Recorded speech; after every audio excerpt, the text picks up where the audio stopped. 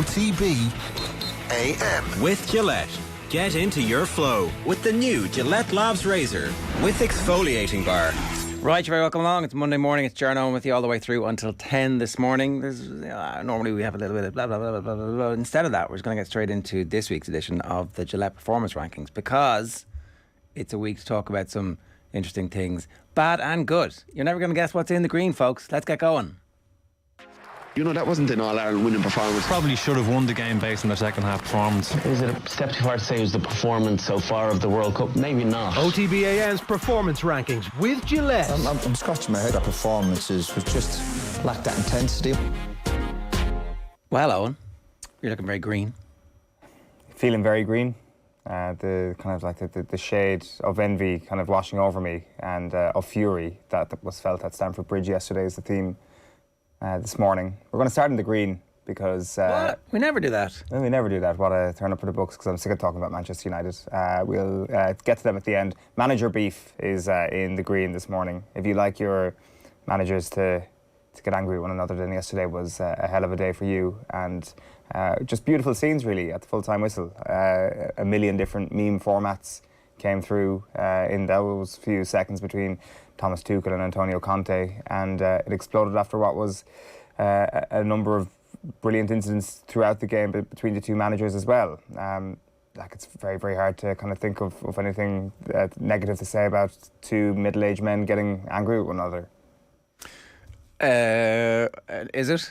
I mean, you know, these they lost control. Who do they think? What about the children? It's terrible. Oh, woe was us. We have to watch this. And then, they abused the referee afterwards. I think Tuchel probably goes too far at the referee afterwards. Like, it's difficult to referee these Premier League games, it turns out. And sometimes the refereeing isn't very good. But how are you going to get good people to come and take those jobs if you constantly get abused? Yeah. I guess so, but like that's just Premier League managers, isn't it? Like the referees get this all the time. It's just ridiculous. I guess I don't know the petition afterwards. The second such petition around Anthony Taylor from Chelsea fans got a lot of signatures. 80,000. Yeah, there was definitely one before that got 80,000. This one might be on a similar level as well. Oh, the new one. Sorry. Yeah. I'm not that sure. Was the last season's one. I mean, look, it's not the referee's fault, right? That the two lads end up having to fight. Tuchel's going to say that it was, but he was spoiling for it. That's what he wanted. Tuchel wanted it. Do you not think? Oh, Tuchel started it. Yeah. Tuchel hung on to the hand because Antonio Conte didn't look him in the eye. I think he started the first one too. Like Conte goes to where he's allowed to go for the celebration. Yeah. And then Tuchel kind of runs over to him and butts him. You're like, what? I mean, so it wasn't me. It was you. It definitely was you. Yeah. Tuchel also a much taller man than you might have thought from just looking at him on the sideline. When you see him in context, obviously Antonio Conte is quite small. Yeah, Conte wins the fight, obviously. Does he? Just because he's a street fighter? Yeah. You gotta sometimes think this through. Like he's taller than Conte. I'm not sure he's much heavier. I would say just by virtue of the like extra bonage, he's there's a couple of kilos in that. No. Yeah, like like the street fighter thing is interesting. Like I think Antonio Conte probably revels in this. Like it definitely felt that Tuchel loved this, and he was giving more weight to Jeff Shrees afterwards, and like he was a big fan of everything that happens, and that's great. But Conte did as well. He didn't give as much away in the aftermath, but he went onto Instagram and on his Instagram story posted a screenshot of Thomas Tuchel running past him as he thought Chelsea just scored the winner in the 84th minute or whatever it was, and he said, "Look, I didn't see you. Making you trip over would have been well deserved." I didn't realise that he had his hand in his head just as Thomas Tuchel was speeding right past him with a few... Would have kicked out, like? Yeah, like obviously... Well, that would have been amazing. Laughing emojis, but like, that's what it is. Like, I mean, any sort of outrage about the refereeing or the reaction to the refereeing or the display by two men who should know better, it's probably just a little bit pointless. It was just a collection of very, very funny moments and a collection of very interesting characters. Like, I didn't see Anthony Barry there yesterday. Did you spot him? Like, I was keeping an eye out for him as I was trying in the fight. Like just all these characters that we aren't overly familiar with because We just aren't. We know their names, but we aren't necessarily sure what their faces. Like, I know this is not the makeup of their backroom teams, but it kind of felt like everybody that was protecting Thomas Tuchel looked very German all of a sudden, and everybody who was protecting Antonio Conte looked very Italian all of a sudden. And it was like these clashes of two very passionate nations going toe to toe, even though that wasn't the truth at all. And the big burly Tottenham or Chelsea security guard, the tattooed, bearded man who just kind of stood back just a little bit before they went head to head and then got in and stopped it, which is, if you're into the entertainment business and also being a security man, that's how you do your job very well. Shano Insano 210 on our YouTube comment says, GA are in the red for having soccer put their handshake confrontations to shame. I mean, we thought we'd seen the best handshake confrontation in world sport on our own shores, but it turns out we haven't. We were in the halfpenny place, really. Well, ours was a particularly Irish one, especially the second one, where they both knew that the handshake thing was going to be a thing. And like two, again, middle-aged men, but this time Irish men of a certain age, maybe varying ages, of course. Yeah. And they decided, no, we're not doing that for the time being. I'm not being the man to shake the hand first. Whereas this was kind of more of a continental approach to a handshake beef. It was look me in the eye like a real man. Tuchel and Conte was everything that Cody and Shefflin should have been, but wasn't, as Henry bowed down to the more dominant male, says John O'Leary. I don't think that's accurate, John. I think maybe Henry decided not to turn it into what Thomas Tuchel decided to turn it into. And look, maybe if it had been somebody, maybe if it was somebody else, would two other GA managers have been capable of having something like this who weren't former teammates or colleagues or, county men? Could you see this happening between, say, random manager and another county's random manager? Could Liam Cahill and Davy have something like this next season? Is that possible? I don't know. Well, if we would certainly watch. If there was any kindness in their soul, they would give us that level of theatre. You think we deserve it? Yeah, I think that they need to go out of their way, and we need to enter kind of a new WWE-esque phase of managers fighting. It is. I hadn't really bought into the whole Tottenham versus Chelsea bad blood thing. I thought that the Battle of the Bridge was just one of those things. It was this was 6 years ago, and people are like, Battle of the Bridge, part 2, as if we'd been eagerly sitting outside theatres waiting for this thing to arrive. There's been a lot of fixtures played since then that haven't had this level of fire between the two teams that I wasn't quite expecting it. And I think I'd kind of completely forgotten about some of the fallout from the Battle of the Bridge 1 from 2016. I'd completely forgotten that Mark Clattenburg went on a podcast a short time after and essentially said that I was more than happy to let the game explode, that he allowed them to self-destruct, so all the media in the world when Tottenham lost the title for themselves rather than Mark Clattenburg lost the title. I think he handed out 9 yellow cards on the night the Chelsea players wouldn't send off Tottenham players or something along those lines. And there was all these kind of ridiculous storylines that came out from that. This is probably going to be something similar, and the Anthony Taylor fallout is going to be one of the storylines. Mike Dean being VAR, I think, is hilarious as well. That adds to it, that Mike Dean got his ironic farewell at the end of last season, and his tentacles are still very much involved in the biggest game of the weekend. And do you have any sympathy with what Tuchel was saying afterwards? A little bit. I thought it was a foul on Kai Havertz. The hair pulling. They're not being given. Those fouls aren't being given. Yeah, anymore. they're not. Last season it was. This season it isn't. Hair pulling as well as you're not a big fan of the technically arguments. Technically you couldn't have given, if it wasn't a red card, you couldn't, or a penalty, then you can't really overturn the whole thing and give that as a free to the defending team, for example. That's not how VAR works. So okay, well then there you go. That's relatively straightforward, isn't it? Yeah, I'm not. I don't think that there's much in the referees thing. To be honest. Jared says, I love seeing the passion and aggression of the managers. As a Man United fan, I wish Manchester United had a manager like that. Exactly what the group needs. Maybe Eric Ten Hag is like that. It's just what are you going to be? Who do you shoot? Everybody. That's the problem. Tuchel has a foot more reach, says Barry Lyons. Stop talking nonsense. That's obviously aimed at you. I think. Sure. The foot more reach would be important if they were following the Marcus of Queensberry rules. But what would be happening is that it would be a street fight where Antonio Conte comes painted for war and wearing nothing, and Tuchel's what's going on here? I don't know how to fight this enemy. I do think that you're writing Thomas Tuchel off in a street fight too soon. I think that there's a craftiness there that maybe we were unaware of. I actually think this is the emergence of Thomas Tuchel as like one of the leaders of the Premier League. Although, because he arrived and won the Champions League straight away, and then carefully, managed the transition from the old owner to the new owner. But now he's like, you're not getting rid of him, are you? Chelsea fans are going to love him. Yeah, that helps. Just on the reach point, Nikolai Valuev had a longer reach than David Hay way back when. Marcus of Queensberry rules, as I said, yes. The Tuchel, yesterday was a really bad result for Chelsea, and Thomas Tuchel probably would have been lauded if they got the job done in the end, but they really should have got the job done in the end. Like, Tottenham were very poor yesterday, and Chelsea were at home, and they had a real chance to kind of batten down one of their rivals with an early statement win yesterday. Because we made this point with Mark Lawrence on Friday morning that Spurs were the standout team from week one, but there was just a sense that this is Chelsea, and they've been a little bit undervalued maybe in the build-up to the season because they weren't as seemingly new and shiny as Conte, basically, and some of the players that he brought in midway through last season. So Chelsea are still very good, and they've recruited well. I thought Cucurella was very good yesterday. Obviously, Koulibaly's been brilliant the first 2 games, and Raheem Sterling seems to be a better attacker for that team than Romelu Lukaku was. So they've improved since last season, and the Chelsea fans seem to be not only in love with Thomas Tuchel, but in love with their new custodian. And there was a Todd Bowley tifo unfurled before the game yesterday, which seemed like it might have been printed by Todd Bowley himself.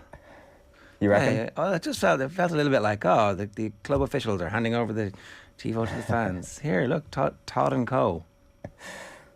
Maybe I do them all a disservice, and it was a completely spontaneous outpouring of joy from, a bunch of fans for their billionaire owner, because they feel like, at least we're not the Glazers, or it's not Abramovich anymore, who we also would have happily said we love, even though there were some troubling issues in the background. Do Chelsea fans love billionaires more than every other club? Well, they've certainly had a good impact on the amount of trophies they've won. I guess that's how those sports fans are dealing with that. To the point, though, I think that this is like Tuchel, far more character that we've seen from Tuchel in that 45 minutes yesterday than we've seen ever.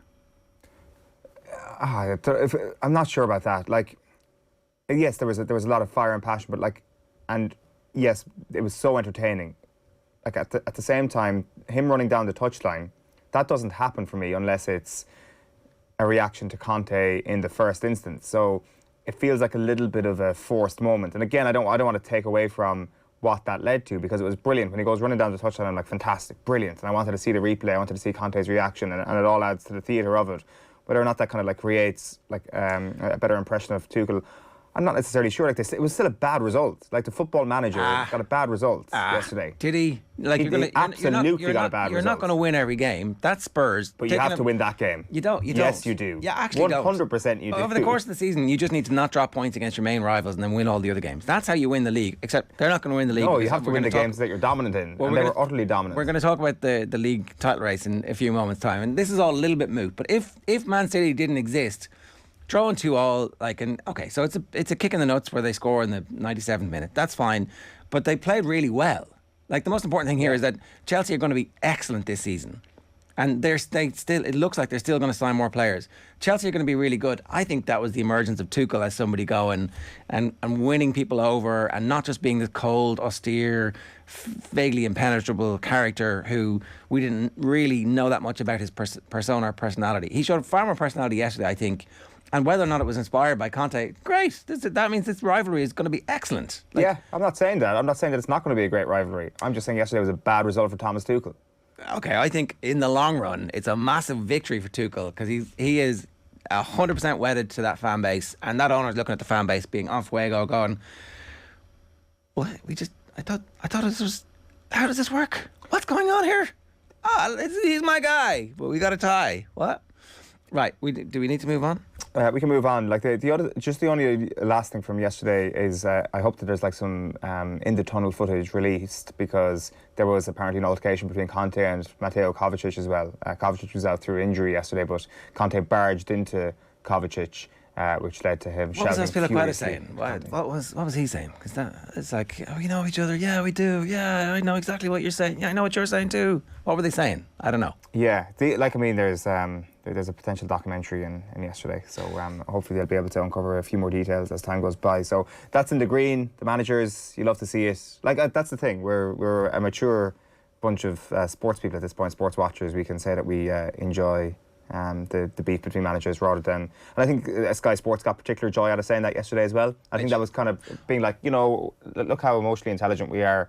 That's what Sky were saying, we can enjoy this thing. And I think that was like a pointed statement towards the now very famous hand-wringing that BT Sport broadcast during the Atletico Madrid versus Manchester City game last year. Sky Sports yesterday were like, we're mature. I think they You have guys a at point. BT weren't. I've got to say, right, so watching the post-match interviews from after Lampard and Gerrard on Saturday, they were kind of boring in a minute and a half.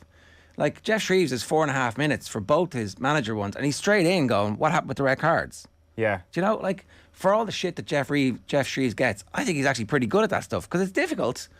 And you compare and contrast that with, like, Steven Gerrard wasn't asked about Tyrone Mings after the game. That seems a big one to make. Ask about Mings. Oh, thanks very much. I'm like, what? You've got another 3 questions here, buddy. You've got like another 3 minutes if you want it. Gerrard's like actually delighted with himself because he's going to lick himself. He's so happy.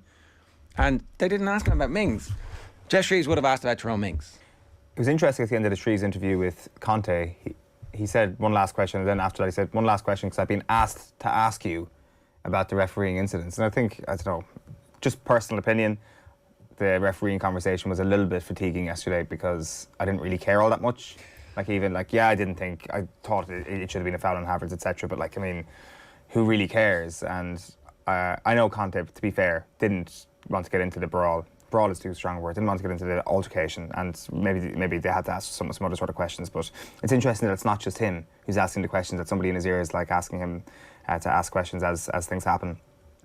The other thing in their green this morning is Paul and Fintan, European champions. Once again, a good weekend for Irish rowing in general. You got the World Championships coming up, so maybe this is a little bit of an indicator towards form, but a medal was all important at the weekend. We don't know, and I think Paul O'Donovan himself doesn't know whether or not he's going to row at the World Championships next month. He's studying medicine at the moment and says he needs to study. But just a reminder of why Paul O'Donovan is one of Ireland's greatest ever sports people, and the story is still very much in the middle right now. At the age of 28, there's a lot of rowing to be done, and obviously with a 3-year turnaround between Olympic Games, I'm sure that's probably an extra incentive for a lot of people. Like, as Hall at the moment, a silver medal and a gold medal at the Olympic Games, 4 gold medals at the World Championships, 2 silvers, 3 golds at the European Championships. It's just an extraordinary level of normal brilliance from one of our athletes, and O'Donovan's just been incredible. Obviously, Fintan McCarthy has been a revelation as well ever since he's got into the boat with them. On Saturday then as well, Ireland had a silver medal in the women's 4, so this is also at the same European Championships in Munich, obviously. So you had Emer Lamb, Afra Keogh, Tara Hanlon and Natalie Long. They came second to Great Britain in that particular race. So Lamb and Keogh were also in the boat that won bronze in Tokyo last summer, so they're also on a trajectory of winning major medals on a regular basis. It's not bad, is it? That's very impressive. I mean, we're doing something very right when it comes to the rowers, and it's hard to find new ways to talk about the level of brilliance they're exhibiting. It'd be great if they could go back to the World Championships. I'm sure whatever college he's in will be like, that's okay, you take your time. We know you're going to get there eventually. Looks like you're a fairly high achiever. Don't worry about it. You can take as long as you need to get qualified. It's fine. Yeah, he said it in his interview afterwards. He's like, I'm not sure if people notice, but I'm a little bit stupid, so I need all the time to study. I don't think he is. I don't think so whatsoever. I think that's, yeah. I often feel sorry for Fintan McCarthy in those interviews as well, because he's like, Paul O'Donovan, this is the guy after Graham Norton show, a world-class entertainer. And I'm sure Fintan's a very funny guy as well, but you're coming up against a world-class entertainer. It's like, well, you're evolving alongside. Yes, he's putting his arm around him and saying, "You come on, you come with me. Yeah, we're going to do this together, buddy." To be fair, he was very, at least in what he was saying that Fintan kind of like dragged him through on Saturday, and McCarthy did look spent at the end. He was kind of his head down between his legs almost at the at the finish line. And O'Donovan was just saying that he really kind of got him through that race, and he'd obviously been in maybe a little bit better form going into the race. Yeah, you don't want to let Paul O'Donovan down, do you? It's like, well, that's something very good relatively point. inspiring. It's like, Yeah. No, the deaths there afterwards, if you hadn't pulled your weight, would be pretty serious. Yeah, because the rowers are hard. We're going to talk to Niall O'Toole tomorrow. He's obviously over in Munich, and we'll get his take on it. He's always excellent at finding some context of putting this in kind of sporting order for us. And again, the difficulty is that when you said, "Oh, Ireland's greatest sports person," even the reports are talking about, and they're listing off like Sonia Sullivan, Roy Keane, Harrington, Rory McIlroy, and it's like, well, they're right there. It's just once you start having those conversations, like, well, I'm finding fault here, and so we're not going to do that this morning. Maybe later in the week. Yeah, exactly. Give us another 24 hours. In the Amber, we go to Amber very quickly. We'll make time for Manchester United there. So in the Amber is Ian Foster, and the All Blacks got their win on Saturday. They ended a 3-game losing streak and beat South Africa away. I think a lot of people didn't expect this. I think that maybe people saw a gulf the previous Saturday, so to win 35-23. You would have thought it was a bit of a reprieve for Ian Foster, but it doesn't seem like it is at all. Like, he comes out after the game and he says the stress that comes with the job is pretty run-of-the-mill, but the reaction to the previous week was pretty vicious. He says there's been a lot of onslaught, particularly from our New Zealand media. That was his reaction after the game. But then there was a press call later in the day where New Zealand rugby boss Mark Robinson goes out, and at least if you're going to do a press call, be definitive in what you're saying. But it seems that the outcome from this press call was to create more noise around the future of Ian Foster and more uncertainty around the future of Ian Foster. Like, I've seen one of the journalists describe it as bizarre. He says there will be a board meeting at some stage. The board is responsible for the appointment of a coach. That's to be determined in terms of timing. There's been no issues with regards to my relationship with Ian Foster. He's had the support of New Zealand rugby, and that remains. We just need to work through this period to understand where the next steps are with this management team. Yeah, so the rumour was that he'd been told, you're going to have to resign if you lose this game, which, you can't actually force somebody to resign, but the suspicion was that they had come up with some kind of, we don't sack our coaches, and so this would not be a sacking, but, we're parting ways mutually, except it's not really mutual, you're going to have to go here, Fozzie. And then the team come out and are brilliant, and it's like, well, what are you going to do now? Who's what? You're going to force me to resign now? Well, let's just see. And so the press conference seems really bizarre. It's like, oh, I know, I'll put the fire out here. And it's like, with my flamethrower. Oh, shit, you're on fire. Oh, you're on fire too. Oh, can we put it out? I'll spray a bit more fire. So, I don't know. I mean, I think you'd have to say beating South Africa in South Africa is like about as difficult a thing as you can do at the moment. And they did it really well, So, like, does he not automatically get another chance?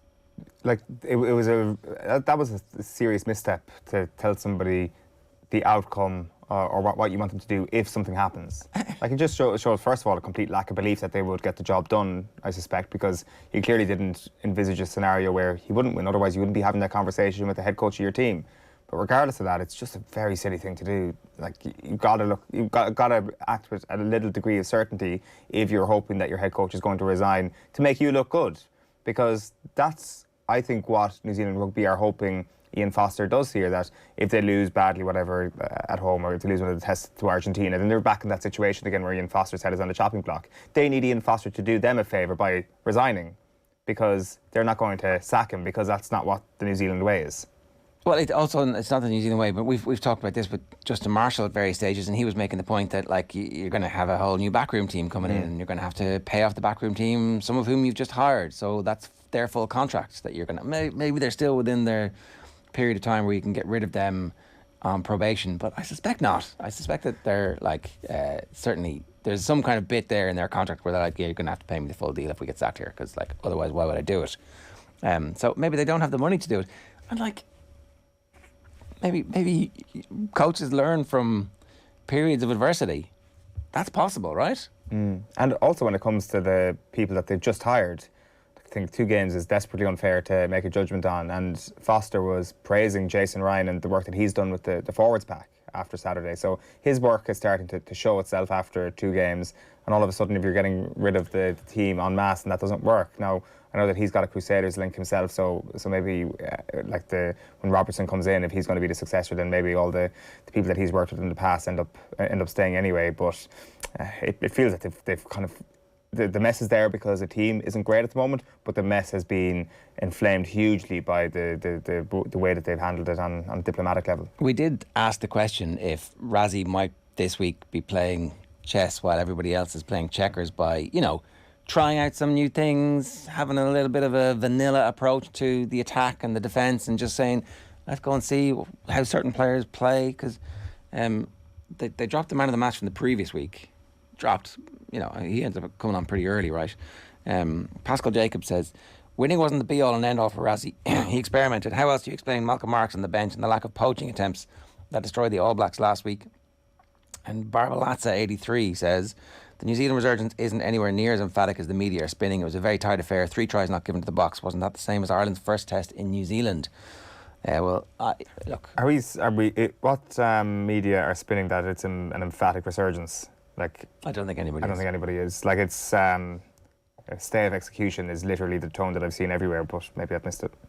But maybe Razzie didn't care, and that transmitted to the players, and it's actually what South Africa have done is massively expand the pool of players who they think can compete against the best teams in pressure moments, Yeah. I still think South Africa are the favourites for the World Cup. France and South Africa are 50-50 for me.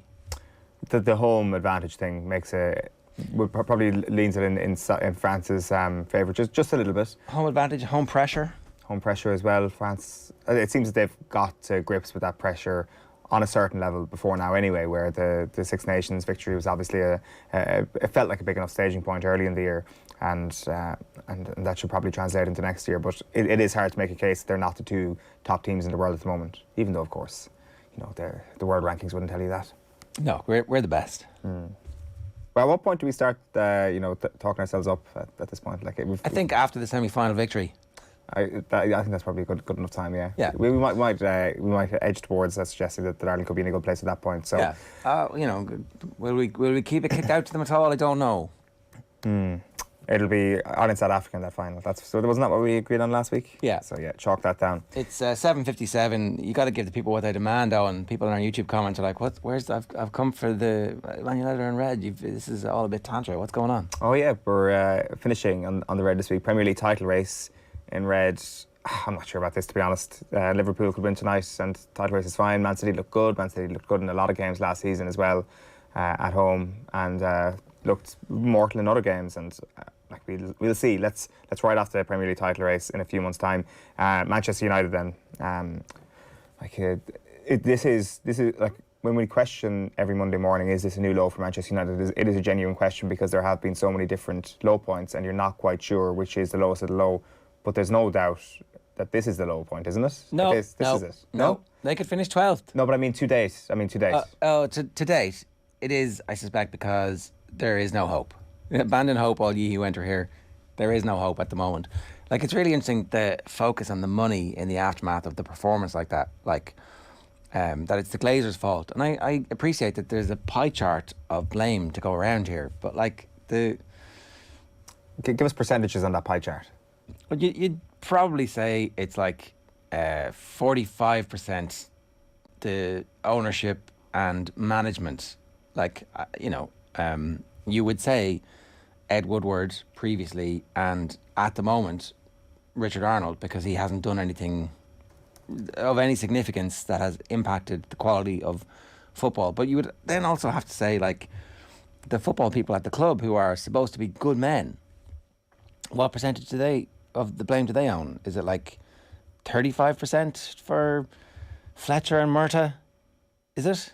I mean, it has to be very high, because they're presiding over this. They're the ones who are supposed to be the brain. The percentage, where the money comes from is of a fascination exclusively to the Manchester United fans. But the money has been spent. $1 billion has been spent. They raised the money. They raised the money by selling tractors in Ukraine, and now they're spending that money and have spent that money on football. It's but they didn't put any of their own money in. Yeah, fair enough, but they did also hire the people on that side of the business who seem to be doing quite a good job raising money. And The debt is like 500 million or whatever it is on an asset worth 5.5 to 8 billion, depending on what you're getting. So the Denver Broncos just sold for 4.5 or 5 billion. Manchester United are worth more than the Denver Broncos. That's a newsflash to nobody, right? So the debt is actually quite a small proportion of the value of the thing, which is like the mortgage on your house is less than 10% of the value of the house. Everybody's pretty comfortable with that. Whether or not that debt goes down is largely irrelevant, because if a new owner comes in, they're going to be able to pay for that pretty quickly. So that's why I don't have the Glazers as like this kind of, the fish rots from the head as the only thing that's wrong. Like, Cristiano is the second greatest footballer of his generation. Does he have no responsibility here? It was all Pogba's fault last year, and then they got rid of him and the same problems persist. It's like, well, maybe it wasn't just Pogba. Like, De Gea is an issue. You can't play that style of football with De Gea. We've said this like for a long period of time, and he's centrally responsible for the killer second goal yesterday, after being entirely responsible for the killer opening goal on Saturday. So I would say, is it 45, 35, and then whatever's left, vast majority of the players, and then 1% Ten Hag? Like, I can't just blame him just yet. He might be no good. Yeah. I keep seeing the comparisons with De Boer, and I'm like, that's pretty harsh. That's pretty harsh. But it has happened where somebody has come in and just been completely overwhelmed by what's going on, and it turns out they weren't great because they were like operating at a much lower level, it turns out. So I'm not saying it's De Boer, but it's possible he might be De Boer. Yeah, the De Gea point you make there is actually quite damning for the manager, isn't it? That the most important cog in your playing off in the back wheel is your goalkeeper, and Ten Hag knows he's crap at that element, but is he just trying to send a message to those that are above him, being like, we need a new goalkeeper? Well, but you have just let one go this summer who saved a penalty yesterday and it was pretty impressive. So I don't know, but yeah, I think the pie chart thing is definitely accurate, and like there's a lot of questions to be asked though about those people who are running the club with the Glazers' money, and even kind of when you look back at some of the stuff that Richard Arnold said in those conversations with fans at the pub in the off-season, like there's some interesting tidbits in that. Like I kind of had a lot of sympathy for him at that point, and some of the stuff that he was saying, and some of the stuff kind of you could say that he made like reasonable arguments. Like he made a point to the fans that they shouldn't be attacking the sponsors of the clubs, because if you do that, then you're hurting the team. If you love the club, you wouldn't be doing that. You wouldn't be trying to boycott. These sponsors are leaving crap reviews on whatever the fans were doing, the movement. And I'm not sure, like I think at this point people are like, well, screw that. And I can see the anger that people will have towards the owners, and the sort of the sabotage that may recommence on that front. I think that his stock has plummeted, but everybody's stock has plummeted over these first 2 weeks of the season. Shifty Lad asks, lads, were Jose and Ole actually overachieving? And Tennis Tank says, Christian Eriksen must be cursing his decision. I don't think Christian Eriksen is cursing his decision. I think things are going to work out for Eriksen over a period of time. He's a good footballer, and they will get more players around him who understand what he's trying to do, and the next goalkeeper will tip the ball over his head and he'll be fine. Like, there's a fairly obvious solution to that. Like, I think the thing about getting rid of the goalkeeper is that he's the second or third highest paid goalkeeper in world football. So you can't get rid of him. No one's going to pay him. You can't get any value from anybody in the world for David De Gea right now. Like, where are you going to sell him to? The only two, maybe there's a third option. There are the Champions League season in, season out clubs in Spain might be interested in the fourth or fifth best Spanish goalkeeper in the world. But all three of Barcelona, Real Madrid and Atletico have world-class goalkeepers, and they wouldn't look sideways. There's not a chance they're going to look and go, oh yeah, we'll take you, De Gea, and replace our guys who are getting paid less and nowhere near or far better than you. That's not going to happen. So who's going to take him? Yeah, I think it's kind of a very short-term problem for Manchester United though. Like it's obviously De Gea is a conversation because of how the game went on Saturday, and the first incident in particular was absolutely horrendous. Like, to be fair, I think even playing out from the back makes him look worse because he maybe just doesn't fit into a system that Ten Hag wants to play. But at least his contract is done next summer, and he'll be out the gap, and that'll be one issue solved next summer. It's been some of the longer term contracts that are obviously a little bit harder to sort. And like, I mean, we had the Jadon Sancho conversation last week. I mean, the Anthony Martial contract. We were very wrong about all those players, weren't we? Yeah, there's the not wrong. The Maguire, Varane contracts go a bit longer as well. So at least with De Gea, his contract expiration is next year, unless there's like another. Are you sure? Unless it's 2024, that there's like a 12-month trigger or something like that I've completely forgotten about. But I thought that he was gone next summer. I'm not sure.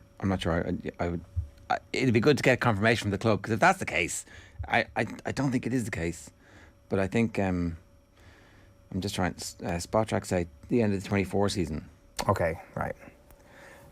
20 million a year for that. I think transfer market said 2023. So one of those two things is wrong. So whatever.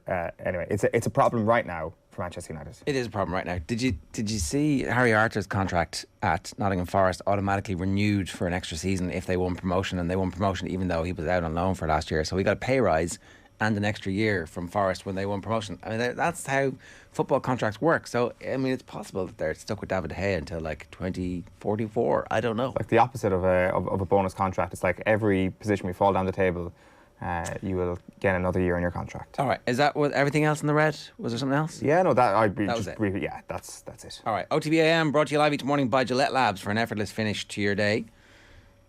Here's what's coming up for you. Andy Mitten standing by. Going to bring you sports pages and news at 8:35. Daniel Harris going to join us today, 50 to look at the Spurs-Chelsea game. We might ask him about Manchester United as well. Matt Williams going to join us at 9:10. Now, Off the Ball has gone back to Vicar Street in association with Cadbury FC. It's a massive roadshow. It's coming your way this Wednesday night. Michael Owen, plenty for him to talk about. Ian Wright, Emma Byrne and Karen Carney are going to be our guests. There's some great stories in the night as well. It's an exclusive off-air event. Tickets are limited, so don't delay. Get on to otbsports.com/events. And a reminder for you, all ticket proceeds will go towards supporting Irish women's grassroots football. We're going to spend all the money that we get on tickets on buying gear for Irish women's teams right around the country.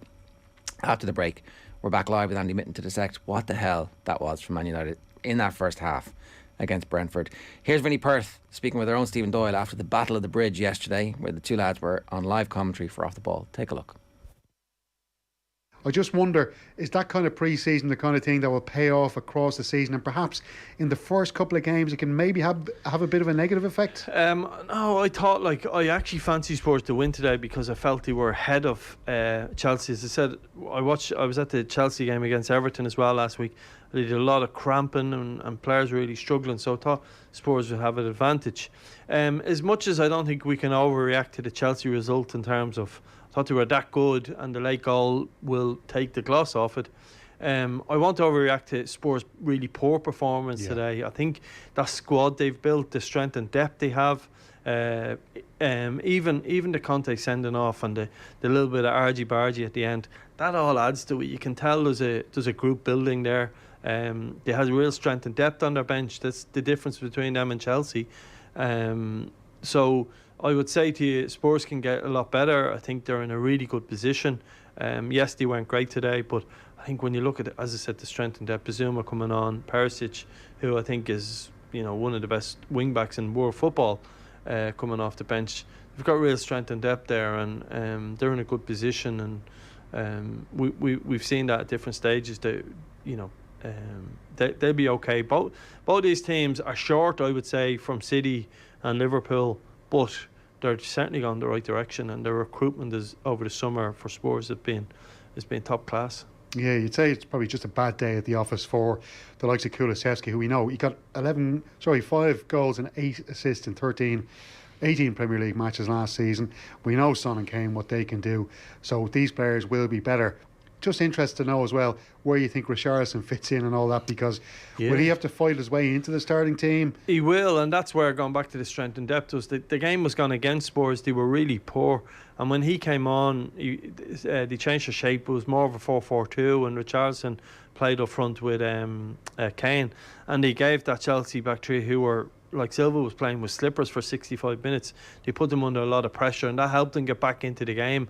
And you always felt, as much as Chelsea then got control of the game after that 10-minute spell, you always felt Spurs were in the game because of Richarlison, because of his work rate, just being the annoyance around the box, and when they had to clear the lines, they had an out ball. And I think there's different ways of playing, but you would say that how do you get Son, Kulusevski, Richarlison and Kane into a front four? It's going to be very difficult, but at the same time, it's nice to have one of them in reserve at any stages when you need to go and win games, and that's probably I would say to you, Spurs' front three is as good as anything in the league, and to have someone like Richarlison sitting on the bench is a huge plus. And I would say I don't think Chelsea have that same strength and depth.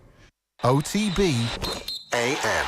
This is OTB Sports Radio. Have you subscribed to the OTB Football Podcast? Our fan base, Liverpool fan base, is among the biggest bunch of bedwetters. And there's always hysteria. Well, you know what, it's early days. Jadon Sancho is a bust. He is now trying to come back from being a bust. I don't think he's a bust he's at all. 100% I don't a think bust. so. He's a complete waste of money so far. Subscribe now to the OTB Football Podcast stream wherever you get your podcasts, and download the OTB Sports app. Hello, I'm Karen Carney, and I've teamed up with Off the Ball and Cadbury FC for an epic night in Dublin. Michael Owen, Ian Wright and Emma Byrne will be joining us, talking tactics, fun and all sorts, and just having a general laugh. See you there.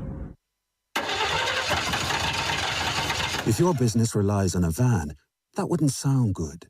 But this does.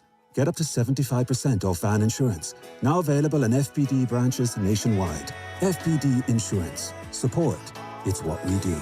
75% no claims discount based on 5 years claims free. Available on new van policies used for farm or business purposes. Terms and conditions apply. Underwritten by FBD Insurance plc. FBD Insurance Group Limited, trading as FBD Insurance, is regulated by the Central Bank of Ireland.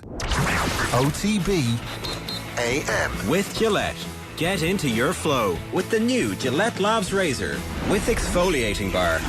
Okay, it's 11 minutes past 8. We're turning to one of the two big stories from the world of football. It's finished 4-0, obviously, between Brentford and Manchester United. You know that by now. But what's the future? I'm delighted to say Andy Mitten is with us again this morning. Andy, it's hard to know where to start with this. We were talking about the pie chart of blame. It's obviously the Glazers, it's the football people at the club, it's the players, it's the current manager you kind of not given a free pass to, but certainly you'd be concerned about the start. In that hierarchy of who bears responsibility for this, how much time needs to be spent talking about the players and how they are performing at the moment? Well, they're partly culpable because they're the ones on the pitch who can do something about it, and they're failing. Same with the manager. So I don't think you can put all of the blame onto any one party, but that first half at Brentford was horrific. 4 goals in 25 minutes, and the players failed to follow through the manager's tactical instructions. You could equally say that the manager failed with those tactical instructions because Brentford, like Brighton a week before, successfully targeted and exploited what they perceived to be Manchester United's weaknesses in free kicks, in throw-ins from set pieces, and down the middle as well. And they succeeded just like Brighton had done. So talk about the players, you can talk about the manager, and then you can talk about the wider issues such as the ownership at the club, which has seen a pretty long-term decline in Manchester United. It doesn't feel like there is a short-term fix to any of this at the moment. Like, unless 3 world-class players are suddenly signed and transform the team's fortunes, that this is a long-term dig-in, battle in the trenches, and you're kind of thinking, who are the leaders going to be of that part of the project? And then it comes back to Ten Hag. And what have you seen so far that gives you any confidence or comfort about the fact that he is going to be the right man for this job? I saw a very positive pre-season. You mentioned the word leaders. I spoke to Bruno Fernandes 2 weeks ago about leadership, and he's pretty convincing with what he said. But I take your first point. There's going to be no quick fixes here, at least to my knowledge. And it's a very worrying start to the season for Manchester United, beaten deservedly so in the first 2 games against teams who are unlikely to be in the top 4 in the Premier League this season. So it's alarming.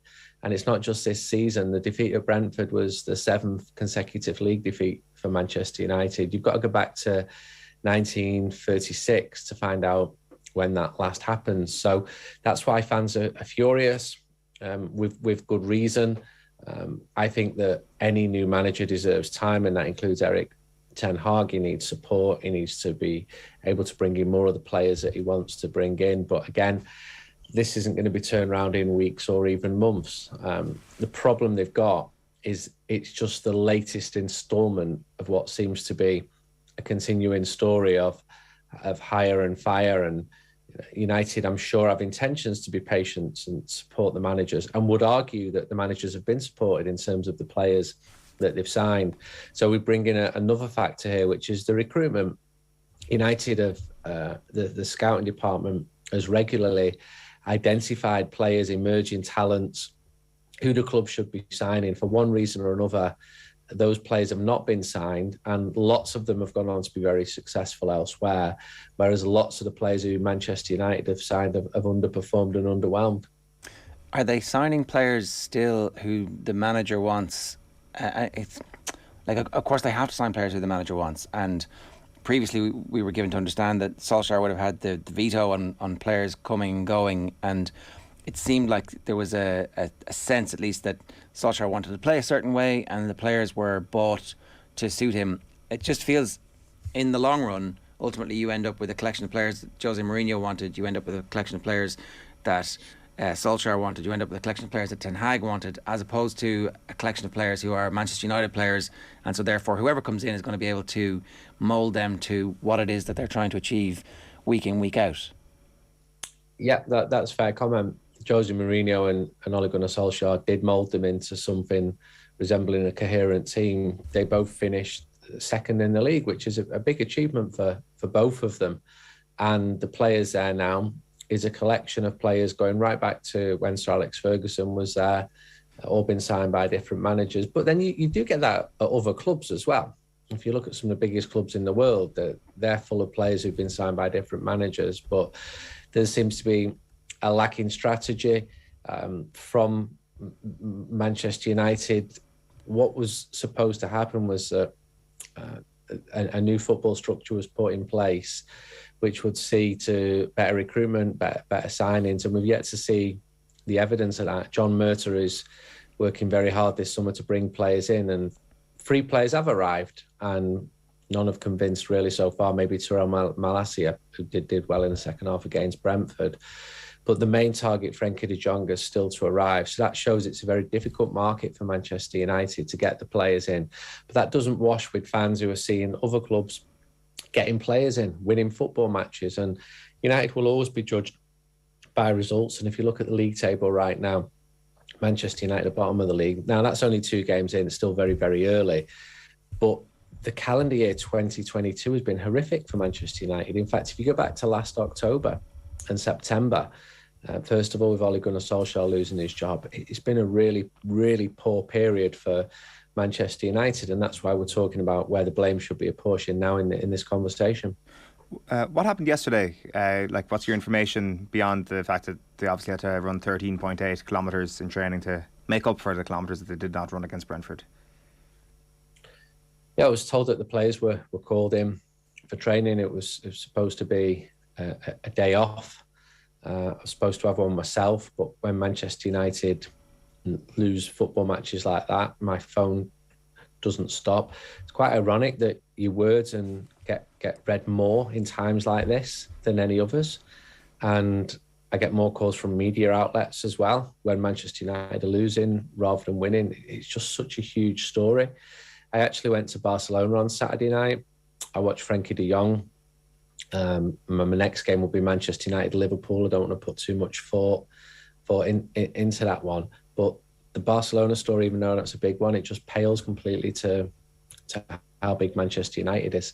So the players were in training in the heat at Carrington. The manager's got to quickly try and make some sense of all this, because I felt he did successfully build some form of confidence pre-season. He picked the mood off the floor. I was there at all of those games, and there were lots of encouraging signs, and that all just went pop and crashing down to earth with the defeat against Brighton, and got even worse with the defeat against Brentford. And it looks really daunting now for Manchester United. Look at the next opponents: Liverpool, as I said, Southampton. That'll be a draw, because United always draw at Southampton in August. Leicester away. Leicester scored 4 past United last season. and then Arsenal at Old Trafford. So these are really worrying times for Manchester United fans. Everything just feels so existential all the time, doesn't it? That you mentioned, it's, of course, it goes back a long time. This is not just this doesn't feel like a new season. It feels like a continuation of a previous one. But it feels that everything bad that goes wrong at Manchester United is just amplified times a million. And that comes with the territory of being a huge club. But it also just comes with the legacy of fans being unhappy with how the club is run, despite the success that they had, to distract themselves from that during the year. Like there is no other sports organisation outventure in the world that could lose 1 or 2 games at the start of a season, and it feels like the whole world is ending. Maybe Real Madrid and Barcelona, there were similarities there. I remember a rookie manager called Josep Guardiola losing his first game at Barcelona, and people saying, this guy's not cut out for management, he's a disgrace. And so I would always be wary of knee-jerk reactions, but I think the worries of a lot of United fans are genuine and are well-founded, and it's not just about these 2 results. As I said, 7 consecutive home defeats. And United is a huge story. So I've got editors saying to me, more, your stuff's getting record number of hits. I'm like, well, thanks. I'd much be rather writing about a successful Manchester United team, but it shows what humans are like, don't they? Humans like to stop and look at car crashes. They like to peer over the mess, the carcass. And Manchester United is a mess at the moment, and people are fascinated by it. It's like, I used the line yesterday, it's like a ghoulish soap opera for the fans who are going to the matches, but the fans still go. They sell out the tickets. You couldn't get a spare ticket for Brentford on Saturday. It was really, really hard. Liverpool next week, there's talk of protest, but it's still a really hard ticket. So in some ways, logic doesn't apply, and you can use that as a positive or a negative. You can say the loyalty to the fans is incredible, but you could also say that loyalty is also the reason why the Glazers took over in the first place. That point you make about the protest, we've actually had a comment in. Can you ask Andy Mitten about whether the reported boycott of the Liverpool game will take place? I'm supposed to go over next week, and I've spent 400 quid. I don't want to go over to stand outside Old Trafford. It's M. Lawler who's asking that. Well, is absolutely entitled to go inside Old Trafford and use the ticket which has been purchased for the game. I think with boycotts, it's always risky. Several have been tried over the years. None have really fully come off. There is a lot of anger in the air among Manchester United fans, so I'm sure there will be protests, maybe a bigger pre-match protest than we saw against Brighton, which was 300 or 400 strong. And there's lots of ideas bubbling around, and the club don't have a problem with legitimate and peaceful protests. I think they understand why the fans are angry. And online, you've got so many people with the solutions, but it's such a complicated issue as well. Fans who go to matches hate being told what to do by fans who don't go to matches. And people are saying, well, if no one goes inside Old Trafford for the game, then the Glazers will quickly tire of this. And I think there's a genuine point there. If Old Trafford was empty, then it would be a worldwide story, just as it was when the game against Liverpool was cancelled because of other protests. So there's lots of areas of which United fans are talking about in terms of protest. I think sometimes the strongest protest just comes from within, in terms of the reaction inside the stadium, the fans making their feelings clear.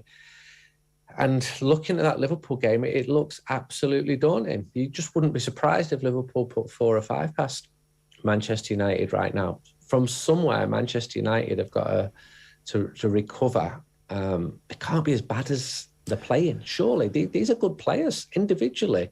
A lot of them are good. They're not that good, but they're not that bad. Some of them might be that bad. Harry Maguire might not be up to playing football for Manchester United at this level. Although they spent 80 million, the fallacy of sunk cost would suggest that continuing to play him is actually going to end up in the long run being worse for the club than actually cutting your losses. And then there's obviously the issue of the goalkeeper and whether or not he suits the new manager's style. It appears, and the evidence would seem to suggest, that they're not a good fit. That's not to say that he can't play well for certain managers with certain styles, but for Ten Hag, he might not be the right guy, despite what Ten Hag says. It doesn't look good at the moment, does it, at all? And you mentioned 2 players there. I could go through the whole squad. None of them have performed so far this season. The bottom line is Ten Hag's the manager, and he chooses them, and he lives and dies by those decisions. You cannot continue to have players playing poorly, playing all the time. The goalkeeper situation is more complicated because Dean Henderson was let go. He's on loan at Nottingham Forest. We saw him playing really well in Forest's first Premier League game for 23 years. The next goalkeeper at the moment is Tom Heaton. So I understood throughout the summer that Manchester United were looking at bringing another goalkeeper in. That may happen. To be fair to David De Gea, he took blame and stood up and fronted up after the game at Brentford. But again, what does that mean when you've lost 4-0? All of these players are still getting paid huge amounts and underperforming in their duties as Manchester United players. It's really, really not good enough. And at the end of the game, the players went over to the away fans and they thanked them for the support, fair enough. And they got a clear reaction from the away fans as to how they felt as well. There's mutiny in the air among a lot of Manchester United fans at the moment. There's absolute fury around among the fans at the moment because it has been so bad. And what happens when United start playing the top teams? It really shouldn't be coming to this. I've seen the lowest I've seen United finish in the table was 13th under Sir Alex Ferguson in 1990. But even though United were big payers then, United were coming off a spell in the 80s when Liverpool had been so dominant. Everton was successful too, but United didn't have the financial power that they have now. The current players are among the best paid players in the world. The level of underachievement is staggering. That moment when the fans let the players know what they thought of them on Saturday, there was some disagreement between Ronaldo and Steve McLaren after that, where Ronaldo just doesn't go over to the fans. Is that right? He went partly towards the fans, and then he turned back, and there looked to be a disagreement. I don't know what words were spoken there. The issue of Ronaldo needs sorting out. That's what I do know. Is he going to stay and give it his best, or does he want to go? If he wants to go, let him go. And it's a problem. It is a problem. I can argue both sides. If he stays, then Manchester United keep a very popular, proven goal scorer. But again, this is on the manager. The manager's got to make some really big decisions. You mentioned Maguire, De Gea, Ronaldo. The manager had the respect of the players pre-season, and I think he genuinely is a good coach. But he's got to make some really tough decisions now. Harder to make those decisions when the players you've wanted have not yet been brought in. So Manchester United need to bring some players in before the end of this transfer window. That's another factor as well. It's okay. It's relatively straightforward to make those decisions if you think you're going to get the benefit of long-term support. So say, for example, he was to somehow find a buyer or whatever to get rid of those players out of the squad and not have them be replaced at a finish of 12th or 13th. Does Ten Hag get the benefit then of like actually adding in the new players and getting the year of experience that the young players get next year? Or is that cycle of boom and bust, or bust and bust as it is at the moment, going to follow? So, does he have the confidence that he actually has enough long range here to be able to say, okay, actually, you know what, Ronaldo, that's fine, you go, and we're not going to pick Harry Maguire because actually ultimately it's not my job to get a transfer fee for him, and or does he feel like he'll just get fired at the end of the season if they finish 13th? You say it's okay moving players on. It's really difficult. Ronaldo has been offered to probably a dozen clubs in Europe this summer, and none of them have taken him. So it's difficult. The only offer I understand which has been credible was from a club in Saudi Arabia, which obviously the player has not chosen to do that. I think now Ten Hag will be getting reassured that he's going to be supported, and I think United have supported their managers. They've given each of them a couple of years, apart from David Moyes, who got 9 months, and they've backed them in terms of buying players.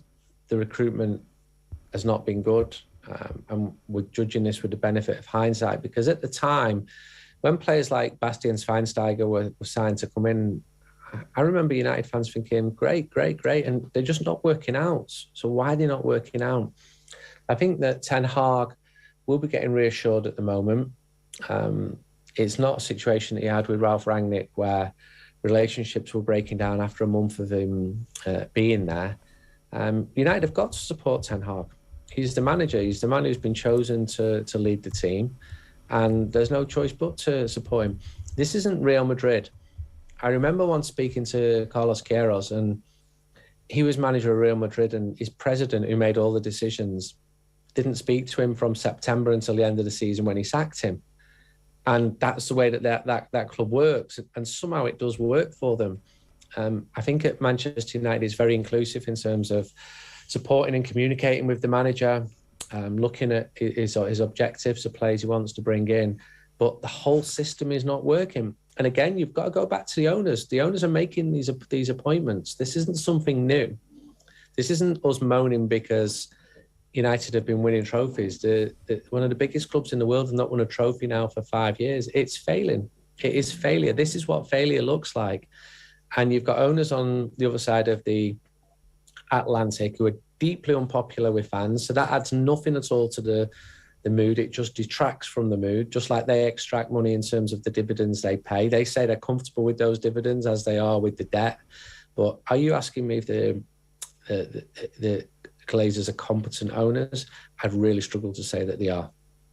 I think that's clear. Like, that's definitely clear. And I have a lot of sympathy with the United fans who want a change of ownership. And like, a change of ownership is as likely to happen as not at this point. You know, we're not going to hear about it really until it actually happens. But American sports franchises get sold all the time. That's the model they're used to. We're probably entering a period of global uncertainty where they might feel like the asset's at its peak at the moment, particularly with the way things are going on the field. So maybe they take an $8 billion offer and they cash out, and the United fans are happy. Is it true? Look, the speculation is that there is corporate pressure on the club to keep Ronaldo because of his value in driving eyeballs from a content perspective. Do you think that's true, that actually the manager might want to cancel the contract and let him go to Sporting, but there is corporate pressure to say you can't do that because actually that's going to cost us at some level? I've heard it, but I've not had any hard evidence of that. And to be fair to United, they have let the managers do what they want to do. Again, this is not Real Madrid, where you've got somebody saying this player has got to play. Again, Real Madrid keep winning everything, so maybe that is the way forward, and I don't think it is. But I think that Ronaldo's numbers in terms of the commercial value that he brought to the club are definitely high and definitely important. But then he's the best paid player in the Premier League.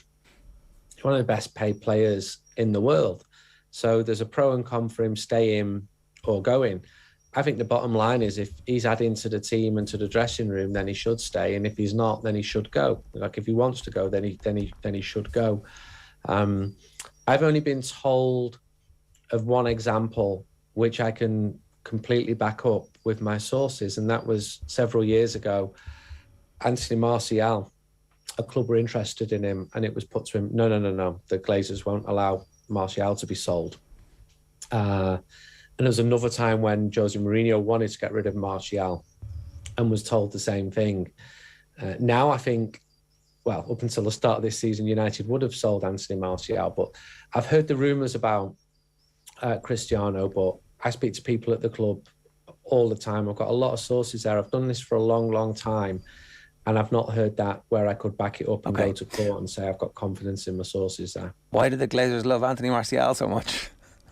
Well, this would be going back 3 or 4 years. I think they thought that he was going to be the next Pele, right, or Messi or Maradona, which probably shows how much the Glazers know about football. One other question I had, Andy, just you say there that the Glazers, not the Glazers, I guess the structure at the club allows the manager to do what he wants to do. Now, I know that recruitment isn't the only issue. I mean, the players that are there should be doing better than they are. But when it comes to recruitment, does Ten Hag almost have too much power, or has he got too much influence over the players that they're signing? Like, I mean, it does feel like Ten Hag's ideas have been the ideas that they've run with in the off-season with regards to their signings, and of course the manager should have a huge say in it, but you look around at some of the other clubs, whether it's Begiristain or Edu, and they're kind of making up a very coherent transfer strategy. It feels that is totally lacking at Manchester United, and they're happy enough to almost subtly allow the blame to land at the door of the manager because these are Ten Hag's players. It feels like it because it is. The manager is getting the players that he wants to bring in at the moment. This is against a backdrop of fans being circumspect because players were signed by Ed Woodward, who fans felt there's no planning gone into this. This has been a call from the agent at the last minute. Begiristain is probably the best example of a club which does it well. You've got the sports director working in tandem with the manager. There's respect there. There's a long-standing relationship, and it doesn't exist at Manchester United at the moment. You've got a scouting department identifying players. I could give you 20 players now who Manchester United have identified over the years, and I've either gone for him or passed on the player. And it doesn't reflect well on the fact that United have managed to pull it off. Now, clubs are never going to get all the players that they want. United are not as attractive as the club used to be.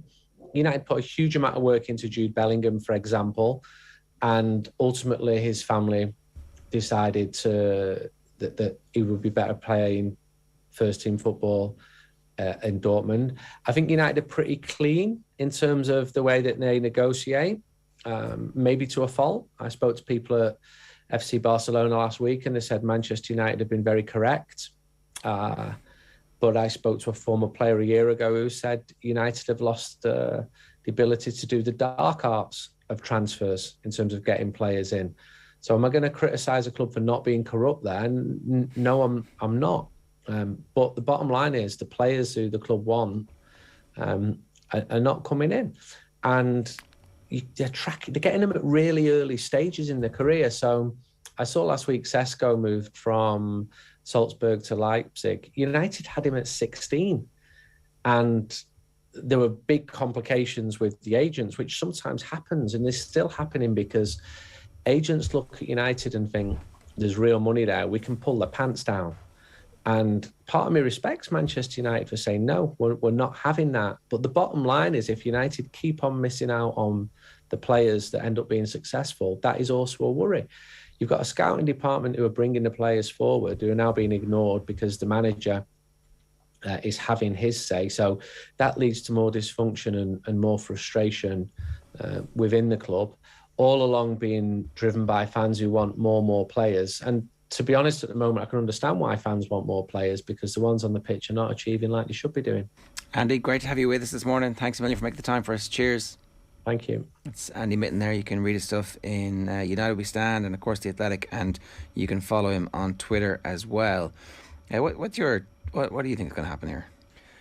I think that I think Manchester United need to finish lower than they did last season. I think they need to completely bottom out, and that just needs to happen. And as you said there, we've almost gone from a boom-bust cycle to a bust cycle. And I think that the latter could almost be better. I think that could be better than a sixth-place finish. I'm not saying it will be like a Chelsea-type resurgence like Chelsea have been able to do in the past. But when Chelsea finished 10th, they won the Premier League title the next season. Very different situation. I accept that they just won the title before finishing 10th. But I think maybe they got away with it a little bit last season with where they did finish. I think that maybe finishing even lower, finishing like a couple of places lower, not even being in contention for the Europa League places. I think more hard questions needed to be asked during the summer, which clearly haven't been asked. Now, I'm sure a lot of the Manchester United fans are like, how can that be possible? What are you even talking about, given how furious they were all throughout last season? But it seems that not enough has changed. And even after finishing sixth last season, then I don't know. It seems that they've taken the managerial change as this sort of flag that there is a new broom and everything will be fixed. But they needed to bring Edwin van der Sar alongside him to run things, or somebody right in the background who has some football experience. Now, maybe van der Sar is completely the wrong guy. I don't know, but somebody who it's like a partnership where. There's like somebody else whose job it is to go out and say, well, actually, these are our strategic aims. These are the pillars that we're building the team on. We have this excellent youth system that is producing players who we believe are either going to be able to realise some value for us by we're going to give them time playing. Like Man City have just raised loads of money by selling players who never played any first team football or were never in first team squads for them for any sustained period of time over the summer. And then we also have this great scouting department, and these are the players that we're, there's none of that. There's like leaks coming from that portion of the building that are actually undermining the manager. Who they're now like, oh, well, it's all his fault. It's only Dutch players because that's all he knows. It's like, well, where's the rest of the department? Who's giving him the hand? Yeah, like now the 5'9" centre back. It's a bit of an issue. You need somebody who's like gonna camouflage that. When it comes to the set pieces, maybe you could pretend you're a striker, and we'll get one of the strikers to go up against their big lad. That would be helpful. That might help a bit for sure, but I think it already has the bang of a man being hung out to dry after 2 games. Yeah. And it's not going to get any better. This day next week they're playing Liverpool. I can't wait for the build up to that. The protest element of that is going to be fascinating. Well, yeah, it's Liverpool. Do you not show up? Do you not go in and cheer the team on when they desperately need you? I think what if they batten down the hatches and get a famous 0-0? Well, the thing is, you could strategically thinking here, organise a walkout protest. There's a chance that the game could be over after 25 minutes. So you see the entire competitive element of the game, and you also get your point made by walking out after 25 minutes. Yeah, they'll probably beat Liverpool. But then it's football. You're leaving a live football match where, like you've, as you said, paid £400 and it's Liverpool. You can't walk out, can you? No, it's like, and the people will have had tickets and flights months in advance. What will be the first? What will be the first game you go to this season, son? Which would you like to go to? Liverpool, yes, that'll be good. New manager, it'll be happy times. Yeah. And all of a sudden they're thinking, God, we have to walk out of Manchester United fans here. Right. Ahead of our Cadbury FC Roadshow this Wednesday evening, we're going to be deciding on the top 5 most influential Irish players in both the men's and women's game. A reminder: tickets for the show on Vicar Street are on sale. Ticket proceeds will go towards supporting grassroots Irish women's football. Check out otbsports.com/events for T's and C's and more, and we'll see you on the night. Back after this with the sports pages. First, legendary Sonia O'Sullivan was on Saturdays Off the Ball explaining how she won the Dublin Marathon while on a book tour. Take a look. So the Dublin Marathon, you rock up there in 2000 after winning silver in Sydney, and you win the Dublin Marathon. So what was that experience like? I wasn't very prepared for that. It was weird because I think after the Olympics there was so much going on, and that was taking me away from running, and all I wanted to do was get back to running. And I was just sitting in a cafe over here in Teddington one day, and Richard Narurker, a British marathon runner, was in there, and he just mentioned to me that he was going over to the Dublin Marathon. And he said the date, and I said, oh, that's the same date I'm launching my book. I said, maybe I'll run. And then all of a sudden I just had this idea in my head that I had something to focus on. And I spoke to my coach at the time, who, I don't know how he agreed to allow me to do this, but he said, if you can go out and do a couple of 2-hour runs, you'll probably be fine. And, I just approached it very relaxed. It wasn't, with any huge kind of chasing any goals or targets or anything like that. And just, I suppose, it looked realistic that I could win it if everything worked out properly. But I remember I got to 18 miles and I'd never been that far before in my life. And it got hard then. And then I had to really concentrate and work hard in, and I was pretty sore afterwards. Must have been some buzz, Sonia. It was great, but back then it wasn't like what the Dublin Marathon is now. When I ran it in 2015, it was so much greater. It was amazing. I can just remember running through the Phoenix Park and out there at Castleknock Gate, and the crowds out there cheering, and you just get such a buzz and a lift when all these people are cheering. And as you go, and then you go to a quiet spot and you can get back into your zone again and just run along and relax a little bit. And then, you just take the lifts when you get them, I think, and go with it. And I can remember a friend of mine was going to come out and see me in Rathgar, and it was running down just before we turned off. And I was looking for him because that was kind of what was getting me to that point, was because I knew somebody was going to come out and cheer me on. And it was a bit windy and cold, and he had a hat on him, so I didn't recognize him. And he recognized that as I was just turning the corner, and he took his hat off and waved. And, the lift that gives you is amazing. It's such a buzz, to have people out there cheering for you and to spot your friends and family in the crowd. It's Sonia Sullivan there talking about the marathon. That was our Saturday panel. Kieran Cuddy is going to run the marathon and raising money for cancer research. So if you can support him, please do. And you can subscribe to the OTB panel discussions on your podcast feed. Now, Cathal Mullaney is with us at 8:44 this morning to run through what's going on. Cathal, good morning to you. Good morning, lads. How's it going? Very good. An interesting weekend on a lot of different fronts. Yeah, I know. What's the bigger story, Manchester United's capitulation or the big handshake gate from yesterday? I think we're going to remember the Manchester United capitulation forever. It's like this is their startling descent into a period of hell. That's what my prediction is for Manchester United. It's going to get far worse. I got laughed out of the studio like 4 months ago when I was like, oh, Newcastle's going to finish ahead of Man United next season. Like, nah, it's ridiculous. What are you talking about? Like, now you're thinking, are there 10 teams who might finish ahead of Manchester United this year? There might be. It's not ridiculous to suggest it. Their fixture list over the next month is horrific. It's to be honest, I didn't think it could get worse, but it has.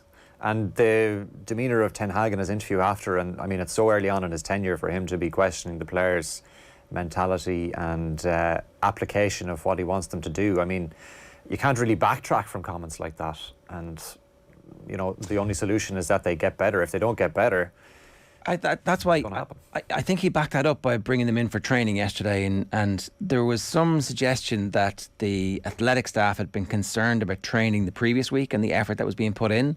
So they're getting on top of it. It's not like in the past, I think Solskjaer might have come out and said something to somehow deflect or whatever. I know you're not supposed to get out about your players, right? But they're not Ten Hag's players. So he come out and says, this is rubbish. They're not doing this. If he gets a few more bodies in, picks a few of the kids, ostracises those who he doesn't want to pick, then I think he's got a little window to actually be able to affect some change. Now, that change is going to maybe get them to 8th, perhaps. I'm not sure. But that's an interesting kind of case study. The sort of the bad cop that Ten Hag could potentially be. Like, would being the bad cop not have constituted dropping Cristiano Ronaldo entirely? Like, he plays a big part the first week of the season and starts the second game. Plays the whole game against Brentford on Saturday. And do you think that's punishment or that's okay? Well, maybe you're like, you leave him out there, hang him out. Maybe you hang him out to dry. I guess my perspective on it is that he's being rewarded with a place in the starting team. I know that there are very few options to choose from when it comes to the number 9 position for Manchester United, but it feels that there was an opportunity to take a stance on the Ronaldo situation. And the point you make, these aren't my players. I didn't sign Cristiano Ronaldo. You can be frozen out now because of what's gone on. Now, maybe privately, Ronaldo and Ten Hag have had conversations and everything is fine, and maybe the reports outside have blown up the misdemeanors of Cristiano Ronaldo more than they really were. But it looks like Cristiano Ronaldo is a bit of a problem in that dressing room, and Ten Hag declined the opportunity to freeze him out properly. He put him on the bench, sure, but then he came on and then he started the second week. Yeah, I think that Ronaldo will be gone at the end of this transfer window. And I think Ten Hag is using this to, if he's smart, and I think he is smart, he's using this period of time to kind of drive that wedge further between Ronaldo, the fans, and the club's hierarchy. And he's like, look, he's actually useless to us now. He's actually useless to us. Now, if I was Ten Hag, I would also be taking whatever offer I can get for Bruno and trying to send De Gea out on loan. And will anybody give you anything for Harry Maguire? Like, get them out, burn them all out now. Bruno, though, take really? the pain. Yeah, well, he's not gonna fit in that style of play. Yeah, no, I see your point, but like, and when was the last time he was actually really good? You look at that front four, like Rashford, Ronaldo, Sancho, Bruno. What's your power rankings of that Mount Rushmore up front? They're all 5th. Like, they're all on the bench. I presume Bruno, in your opinion, is the best of that four. I mean, or the most useful. Is he the most useful? I don't know. Maybe. Look, if you play him as a number 10 and you get Ronaldo out of the club and you give him back to penalties and he's got a bit of confidence going again. But like, tactically anarchic was how he was described in a piece last year by Miguel Delaney, and that was, I think, did that come from one of the rivals who was like, well, what are you going to do with Bruno? You haven't a clue what he's going to do over a period of time. So I would actually have ideally Eriksen as your number 10. And then after that, you're just trying to fit bodies in, like warm bodies. Give me Anthony Elanga and give me another season of him playing week in, week out. Maybe you can turn Jadon Sancho into something in that scenario, and then you have a number 9. And none of those are I don't want any of them. But if I have to, I'm probably going back to Rashford as my number 9. Going, I realise this is not your best position, but our Martial, like, I don't know when his porcelain hamstrings are going to be fixed again. But so I don't know, that I would make that a bigger story than the handshake personally. But the handshake's good crack. The handshake is good crack, and the match itself was good crack. There was lots to it. I think Spurs, that was a game they definitely wouldn't have gotten anything from, I think, in recent seasons, but Conte definitely has put a little bit of steel into them, and they were quite cynical throughout the game. Now, they probably were fortunate in that they were fouls, they looked like fouls anyway in the build-up to both goals, but I get the sense that Spurs will be very, very sticky opposition, even to the likes of Liverpool or Manchester City this season. I think they're going to stick it out and potentially get that third spot. But Chelsea played quite well too. So it had the sense of a game of two heavyweights, I thought, yesterday. On the line now, the antics of both managers, are we there for that? I think we probably are. I am, to be honest. Yeah, I know it's a bit petty, but I think it's very good. Yeah, absolutely. Give me that all day long. And I do think it's going to have an impact on Tuchel's standing in the club, and like the fans love it. It's all that stuff is very nebulous, right? And if they were to lose 3 games, the fans would be like, "Oh, he lost control. What are you doing?" But I think he's won over. He's not just this cool, boring individual. There's a bit more to him, I think, is what they're going to think, and I would tend to agree with it a little bit.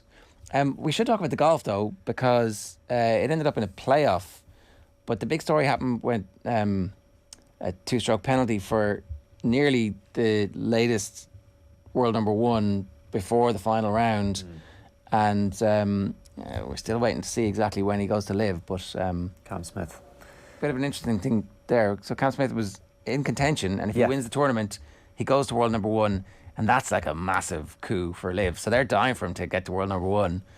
But they found a way to give him a 2-stroke penalty. Well, yeah, I'm not sure is it the conspiracy theories in this case. I think Thomas Bjorn had a tweet as well about it, that he thought the penalty was, I think, applied in the right fashion, if I'm not mistaken. But it is an interesting one and coincidental, certainly. But Cam Smith has, I think, taken quite a lot of flack. I think the atmosphere around him is really, really poor.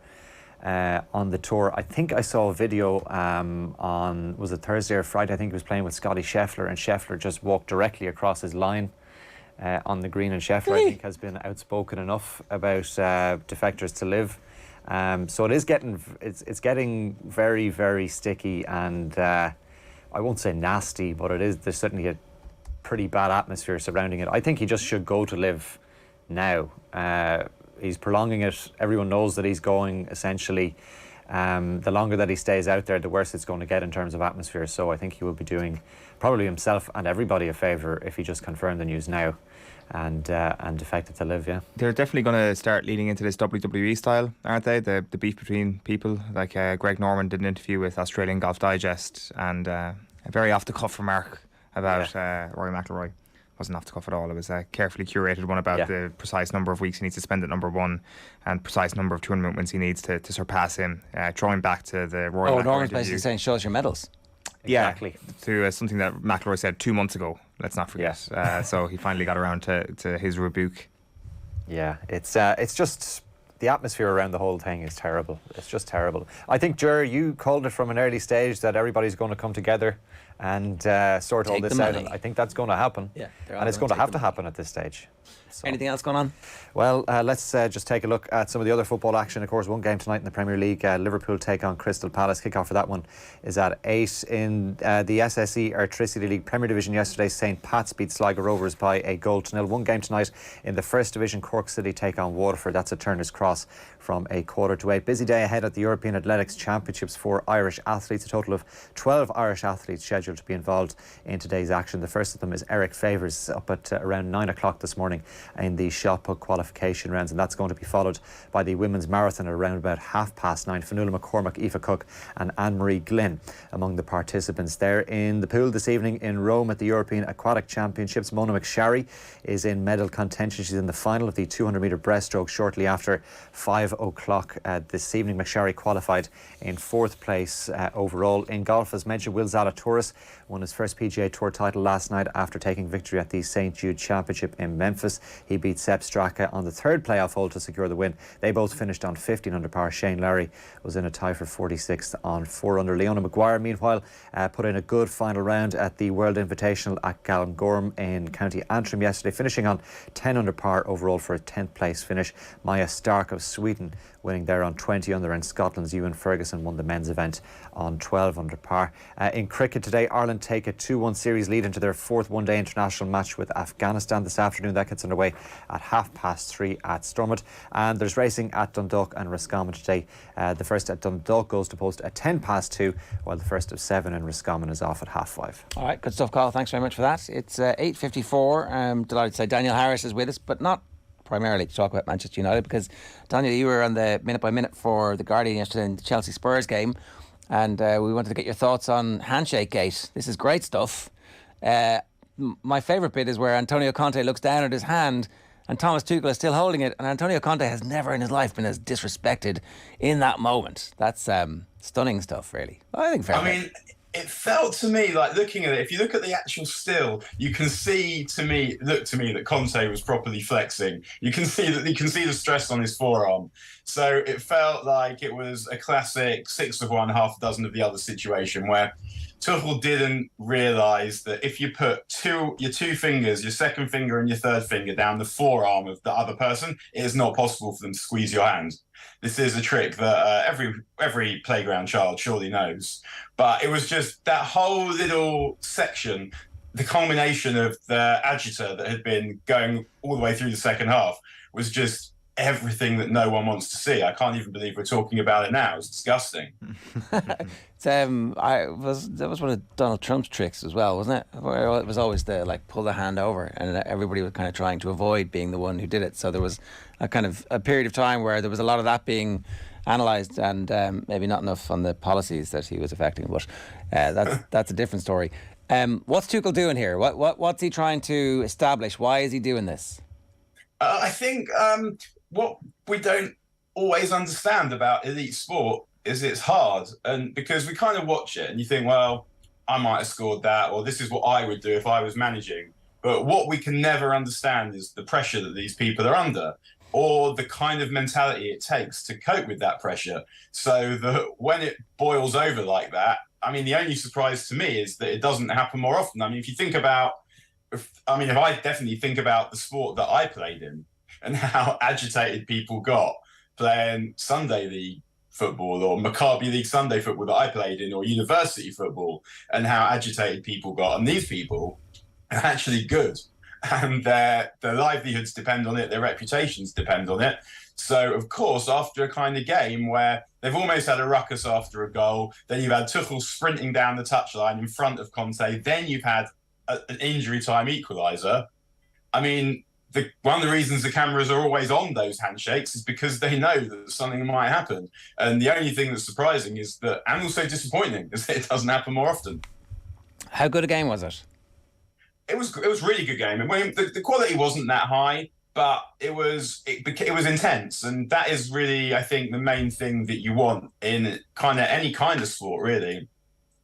Is you want it to be wild, you want it to be intense, and I think that the quality of the game itself. Chelsea played really well in the first half, but they were helped by the fact that Spurs were pretty supine and pretty reactive in the way that they went about it. But then, the thing that really seemed to make the difference for Tottenham was that just they brought on Richarlison, who didn't actually do that much beyond run about properly. And just in the very act of running about properly, he kind of inspired his teammates to do similar.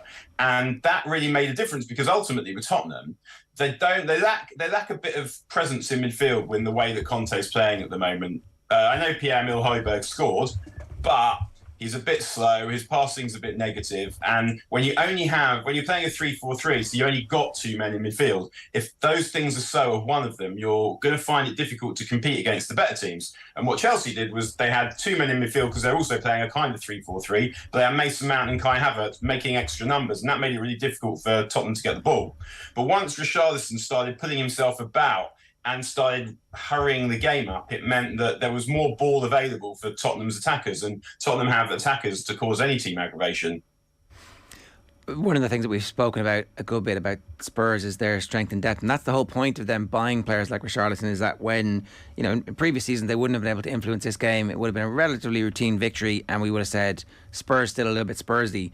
But notwithstanding the fact that the issues that they still have to overcome with quality in central midfield, there is something different about this Conte team, and there is something different about not just them being able to change the course of the game, but sticking with it right to the 97th minute. Yeah, definitely. I mean, Spurs under Pochettino also scored loads of late goals. So I think they do sort of, certainly like Harry Kane has been involved and Son have been involved in a lot of those occasions. But I think that the thing that you say about Højbjerg is the reason why it's strange is that they signed Bissouma because Højbjerg isn't that good. But so whilst you can say you understand what Conte's doing in that he's saying that you earn a place in the team by performance, not by transfer fee, and that does make some sense. Yesterday they were absolutely crying out for Bissouma's dynamism, athleticism, his ability to carry the ball, his ability to use the ball. So I think that it's true that Conte has changed the nature of Spurs in some ways, although I think the biggest aspect in which he's changed the nature of Tottenham is by making Daniel Levy back him in the transfer market, because I think what happened there was that Conte knew that he got Spurs into the top four, so he had quite a lot of power, because if Spurs are going to allow a manager who got them into the top four to leave because they're not willing to back him financially, and a manager of Conway's calibre, that sort of starts to make the job almost toxic, in that why would any manager worth their salt go and manage at Tottenham if that's what's going to happen to them? And actually, it's the kind of thing that, which you mentioned United earlier, that Erik ten Hag might think about doing, because if he leaves United because the board won't back him, it always felt like this job in a United sense was the tipping point. If they won't back this guy, then why would anyone go there? And I felt like that was sort of the same with Tottenham. So what Conte did was he knew that he was in a strong position, and that in the end it probably was cheaper for Daniel Levy and Joe Lewis to pay some money for transfers than to face a potential decline. Because if you don't then back Conte, then you've got players like Harry Kane and Son saying, well, why am I staying? Why am I frittering the best years of my career here? And that, to me, is the thing that really changed Tottenham, is they've gone from being a club that sort of kind of hopes to get into the top four into a club that has committed serious funds to being in the top four. And that itself is a change of mentality of the owners, which is a change of mentality that can filter down to the players, that you now have a well-supported team, and that means that there are expectations, and that ups the pressure on the players, and Spurs have players who are good enough to be able to respond to that, I think. What about Chelsea? What's the long-term prognosis for them and for the money that they've invested over the course of the summer and the squad depth that they have at the moment? I think they could be title contenders if City were not City. I mean, in a different world, for sure. If we were not, but I think the thing with Chelsea is that they have spent quite a lot of money this summer, and they've still managed not to get themselves a centre forward. Now, that's something that might change in the next few weeks. I think for Chelsea to actually challenge, it's something that absolutely needs to change. They should have won yesterday without having a proper goal scorer, but what they need is someone who, in those kind of games, will just get them that extra goal that they need. Because, I mean, we're always kind of waiting for Kai Havertz to explode, because he's one of those footballers who really looks like a footballer. Like, he's lean, he's tall, the way he moves with the ball is beautiful. He looks like someone who was born to play football. But it's a while now where we've been kind of waiting for him to become that definitive player that Chelsea need, and he's not there yet. They played Raheem Sterling through the middle yesterday, who I don't think his finishing is quite good enough for that, although he did make their second goal really nicely. He's one of those players who has scored a lot of goals, but whose finishing under pressure you don't entirely trust. Also, with quick, skillful players like Sterling, I think they're better coming from out to in rather than just standing there in the middle. You want them to be difficult to pick up. So I think that Chelsea could finish as in third place. I'd be surprised if they finished any higher than that. But it's hard to evaluate them now, because if they're still trying to buy, apparently they're trying to buy Anthony Gordon, they're trying to buy Frankie de Jong, they're trying to buy Pierre-Emerick Aubameyang. So it's quite hard to assess them at this point. But I thought that I was really impressed with how Tuchel got them playing yesterday, because before the game, I actually wondered if Spurs might be able to exploit them a little bit in the spaces behind the fullbacks. because it felt like in Kulusevski and Son, they had exactly the players able to do that. But the way Chelsea set up enabled them to maintain numerical advantage in midfield whilst also dominating in wide areas. And I thought the way that Thomas Tuchel did that was really clever. But I think that they're going to fall a bit short of winning the league.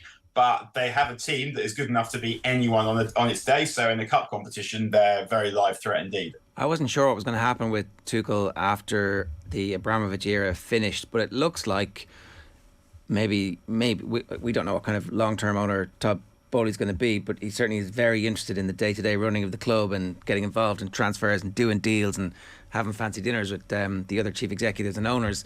So maybe that works out and they're best buddies. Maybe, I don't know, but certainly Tuchel has emerged as somebody who seems to have a lot of power in a good situation. They're talking about redoing the stadium.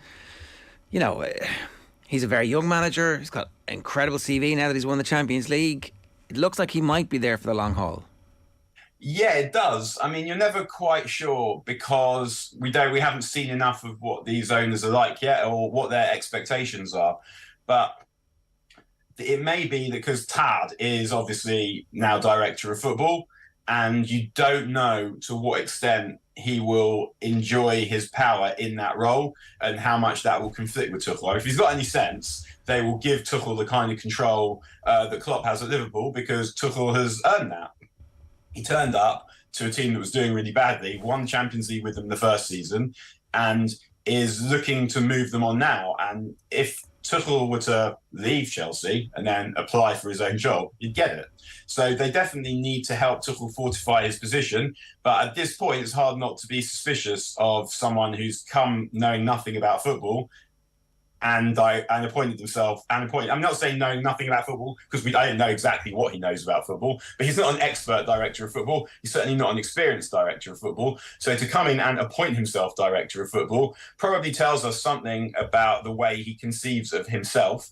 And that means that you would always be suspicious of how he might conceive of a manager when that manager has different opinions, because obviously Burley is also an extremely rich person, and extremely rich people often think that you can exchange the correct opinions for money. And so I wouldn't be certain about what Bowley's going to do because we haven't seen him yet. But yeah, if he's got any sense, he'll pipe down and let Tuchel go on with it. How do you fix Manchester United? How long do you have? About 2 minutes. Right. So the way that you fix Manchester United obviously is to change the owners, but it's not the only way of making United slightly better. The problem is that they've hung Erik ten Hag out to dry. The players that he needs, he's not been given. We don't know what promises they made, but I'd be shocked if it would amount to Christian Eriksen, Lisandro Martinez, and Tyrell Malacia. I doubt very much that it was just that was it.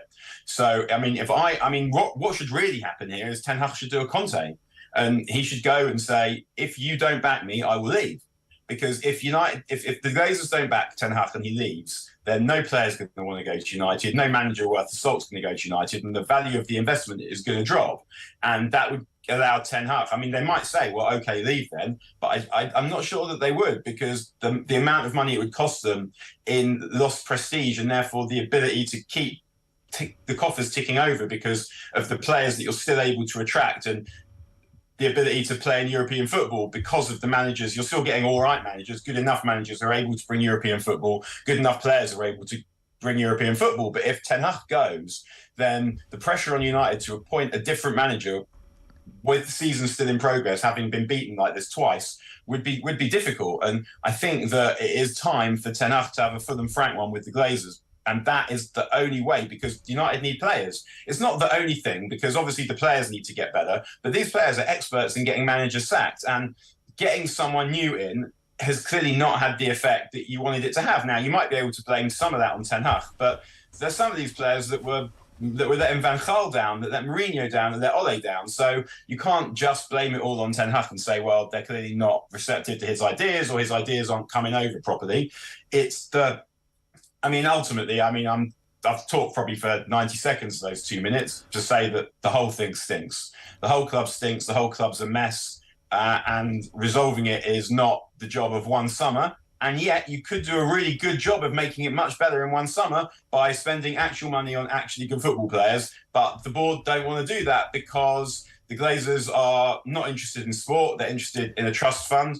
Presumably, the way that online shopping has overtaken mall shopping is financially problematic for them because a lot of their money is tied up in malls. And so they just want United to be the thing that keeps paying for them. And that's going to require some level of success from United. And actually, I think it's for Erik ten Hag to play on that and inform them that if they do not give him what he needs, then he'll go and find himself a different job. Is one of the immediate things they could do to change the goalkeeper? Like, it's not to be reactionary, but we have spoken, I'd say, at length over the last couple of seasons about the evolution of football and how he is an old school goalkeeper, good shot stopper, occasionally a great shot stopper in patches, but not really what you would pick if you were a Ten Hag or a Klopp or a Guardiola and you want to play that specific style of football that requires your goalkeeper to be good with the ball at his feet 35 yards from goal. I totally understand why Ten Hag would have looked at this squad and thought, I'll sort the goalkeeper next summer, because he probably didn't want Dean Henderson. He probably didn't want De Gea either. And De Gea's, in a year, you can get rid of let De Gea go and then spend the money elsewhere, such that you don't actually need your goalkeeper as much as previously because you're trying to control the game, which means the ball's down the other end more, there's less pressure on defence and all the rest of it. The thing when you say about De Gea is that he can't play with the ball at his feet. The problem with De Gea is not just that; it's the errors. Like the one he tossed in the other day was on Saturday was just absolutely ludicrous goalkeeping and sort of spoke of someone who's not properly focused. And because it's the kind of mistake that you very rarely see goalkeepers make. And it's not just the fact that he can't play with the ball at his feet; it's that he's a liability in terms of making mistakes. Even if we go back to the last year of Ole, the first year of Ole, sorry, De Gea made a mistake when United were 1-0 against Chelsea, I think it was, that basically had they won that game, they'd probably have got into the Champions League. And the mistake that De Gea made stopped that from happening. And that was not the beginning of the decline. He'd been rubbish for a year before that. And for various reasons, the club, as I said, is such a mess that this has been allowed to proceed.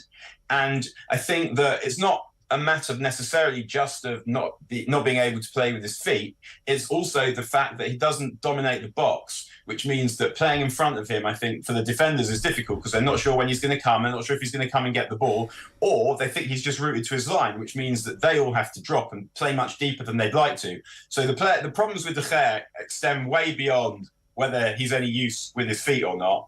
And I don't know what the answer is, because when I look at it, I guess my inclination is still to spend whatever money is available on outfield players and just hope the goalkeeper situation improves. And that's not because I have blind faith in De Gea. I absolutely don't. It's just it is a bit chicken and egg though, because you've got a 5'9" centre back, but if you had a 6'4" goalkeeper who was commanding in his area, coming to take the ball in those set pieces, then you could probably get away with your 5'9" centre back, and he could play further up the field, and then suddenly your midfield is actually under less pressure, and it's less easy to pick your defence apart because the team is playing collectively. So I see the point you're making. He probably analysed, wow, this is a much worse squad than I thought it was. So I'm gonna fix the goalkeeper problem next year, because that guy, Colin is in my ear pointing out that he's been Player of the Year 4 times, Manchester United's Player of the Year 4 times, and he was last year.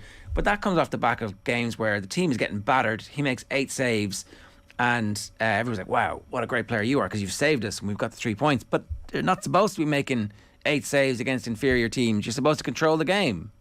Yeah, for sure. And part of the inability to control the game is, I agree, it's to do with how this De Gea being rooted to his line just means that the spaces between the defence and the midfield are too big, and between him and the defenders are too big. And so I agree with that. But going out and finding a goalkeeper, so what do? Do you go and think, well, I'll get a new goalkeeper for an amount of money for a little bit, or are you trying to get a goalkeeper who you're going to have for the next 5 to 10 years? And I think that's the problem here, is that they don't want to commit the money on a goalkeeper right now because so many other areas of the team need resolving. So you can look at it from the way that you just looked at it, and I 100% can see why you would do that. But you can also look at it and think, well, if you go and get Frenkie de Jong, let's say, a midfield player that means you can control the game, then you also take pressure off the goalkeeper that way. So the answer, obviously, is that you need both. But in the same way that United needed Darwin Núñez and they needed Frenkie de Jong, and they ended up not bidding for Darwin Núñez because they were saving the money for Frenkie de Jong. And again, the answer was not one or the other, which was what was put to Ten Hag, we understand. It's that you need both of those, and this is what it comes back to. Yeah. United's a mess. Like, they've committed some money, but not enough money. And just to go back to Lisandro Martinez, because you mentioned him, I accept the fact that he's small. I don't accept the fact that he should be getting caught under the ball like he did the other day. And also, I think that we need to give him a little bit longer before we decide for sure that he's too small to play centre-back in the Premier League, because there are many players who have not been good at the beginning who, once they've settled, have got a bit better. I kind of, watching the game at the weekend, I wanted Ten Hag to keep him on. And taking him off, I mean, I understand why he did it, because you think, well, you don't want things to get worse for him because you're going to rely on him. Part of me also thought, you were told by the club to sign Pau Torres. I understand why anyone would reject advice that came from United, but he decided to sign Martinez. So this is your decision. You've got to stand by it now, not yank him at half time. That said, I wouldn't be surprised if against Liverpool we see Martinez relocated to midfield. Okay, that'll be interesting to see if that does happen. We've got a week to build up to that. Daniel, good stuff. We'll get you on again before that, no doubt. Thanks a million. Sarah, see you again, everyone. Have a good day. Bye. It's 14 minutes past 9 now. We are heading back to Vicar Street in association with Cadbury FC. A massive roadshow coming your way on the 17th of August. Michael Owen, Ian Wright, Emma Byrne and Karen Carney. The weather's miserable. Cheer yourself up by getting some tickets for this. OTBsports.com/events. It's an exclusive off-air event, and all our ticket proceeds will go towards supporting Irish women's grassroots football. Here's what's on OTB Sports Radio for you today. At 1 o'clock, OTB Gold is inside Pádraig Harrington's gaff. Splonk is live from 3.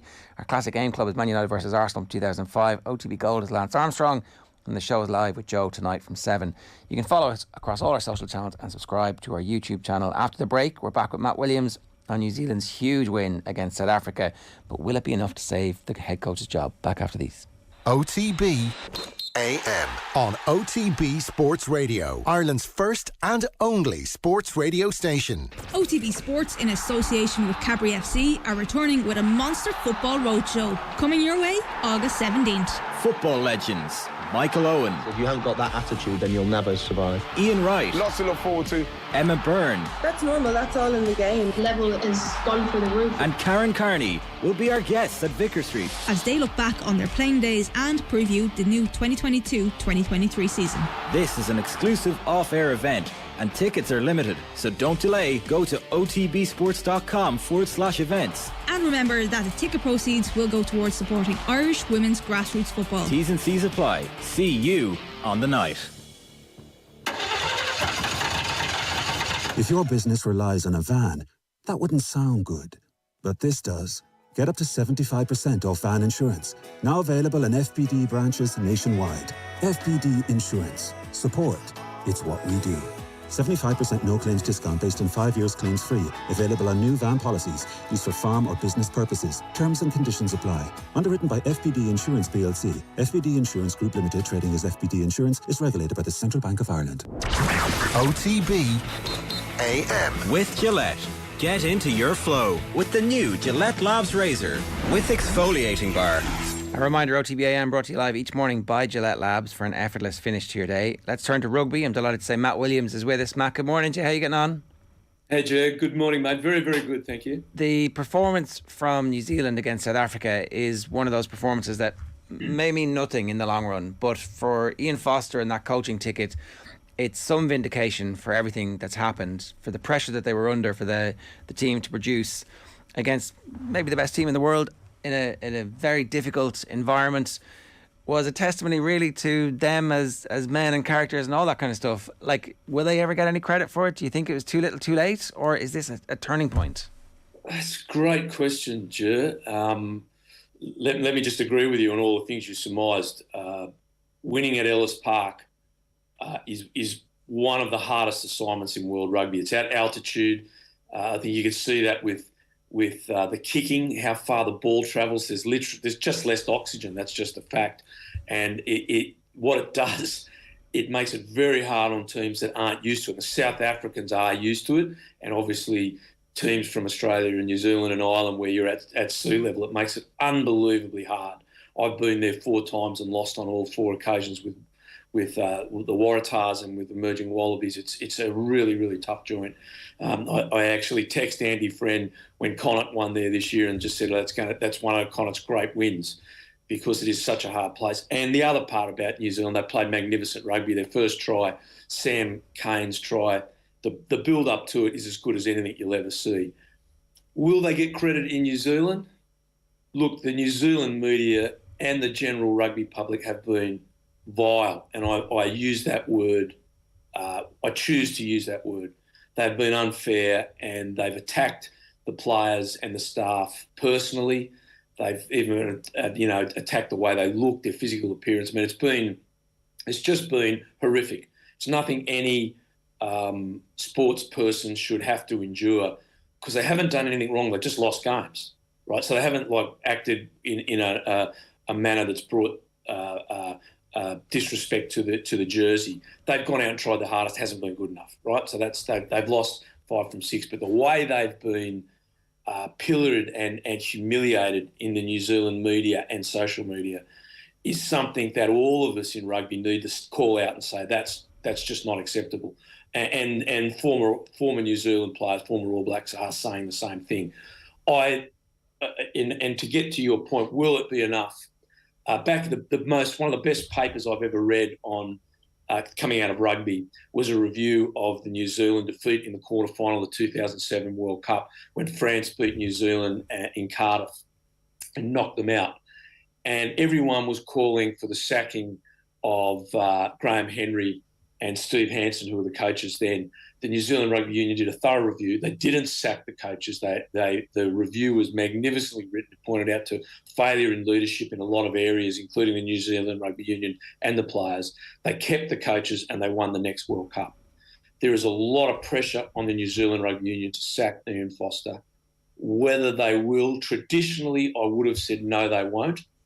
But there is a huge amount of pressure. I do very much feel for Ian Foster. I really sympathise for him. What he's enduring is not what any coach should have to endure. And irrespective maybe of what happens now, at least he has this moment where it's like, well, actually, you know what, that team, we didn't lose them. We didn't lose the dressing room. We absolutely were unified at the end. They were doing the things that we were trying to get them to do. We were talking about this a little bit earlier on, that the chief executive of the New Zealand Rugby Football Union had a press conference or a phone call where he was talking to the media and didn't say anything, like kind of made the situation worse. It all basically into the vacuum. Everybody is now speculating one way or another. So, like from a rugby perspective, do we see enough to say, actually, you know what?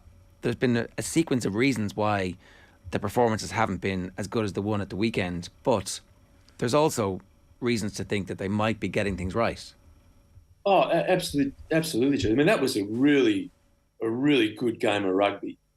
New Zealand, after the first try, which was an absolute cracker of a try, and Sam Cane, their captain, scored it. And that was really symbolic as well, because he's been getting horrible abuse and online and from the media.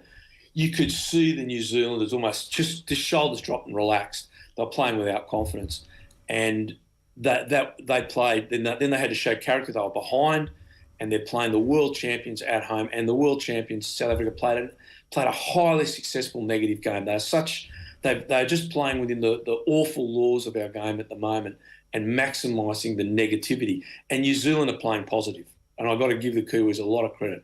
They played really positive, ball in hand, running rugby. It was highly entertaining, and they won. They've overcome massive adversity, and they've dug themselves out of a hole. And all the things you just said, you could see they were unified. So what are we saying here? New Zealand rugby is saying, no one, once you pull on a black jersey, you're not allowed to lose any games. You're not allowed to have a bad run. And if you do, we'll sack you. I mean, it's just, I know sport's all about performance and so on. But there is an unreasonable position being taken by the media and the New Zealand rugby public. And the CEO and the NZRFU have really lacked leadership at the moment in supporting their team and their coach. Steve Hansen came out and criticised them massively the other week, saying exactly that they are not supporting the team and not supporting their coach. And the CEO just did it again the other day. And I think that's really shameful of what they're doing, especially after such a gutsy, brilliant performance. I've been against the Kiwis my whole life, but you've got to be fair in this and just look and say, well, that really took some courage It really took some kahunas. You stuck together, you played some great rugby, and you beat the world champions at their home in one of the most difficult venues in the world by playing really positive rugby. If you're going to criticise them, you've got to give them credit as well. So I don't know where they stand in the New Zealand Rugby Union. Let me put it this way from the outside. The way the national team of New Zealand have conducted themselves and their coach, Ben Foster, has done nothing but acted with pride and dignity. The way the New Zealand rugby public and the New Zealand media and the New Zealand Rugby Football Union have acted, I can't say the same. The New Zealand Rugby Union have not backed their team the way they should, especially after such a great win. So do you think that maybe some of their decisions to speak publicly over the past couple of weeks has been a reaction to the public perception of Ian Foster, as in they're almost pandering to the media and to the public that, you know, we need to get on board with this idea that Ian Foster is going to be out of the door soon, and they've just been caught unawares by a performance that was good on Saturday, and now they're ultimately caught between a rock and a hard place. Do we sack this guy or do we not? And it seems that they've just, I guess, created a really terrible situation for themselves where they end up looking really, really poor.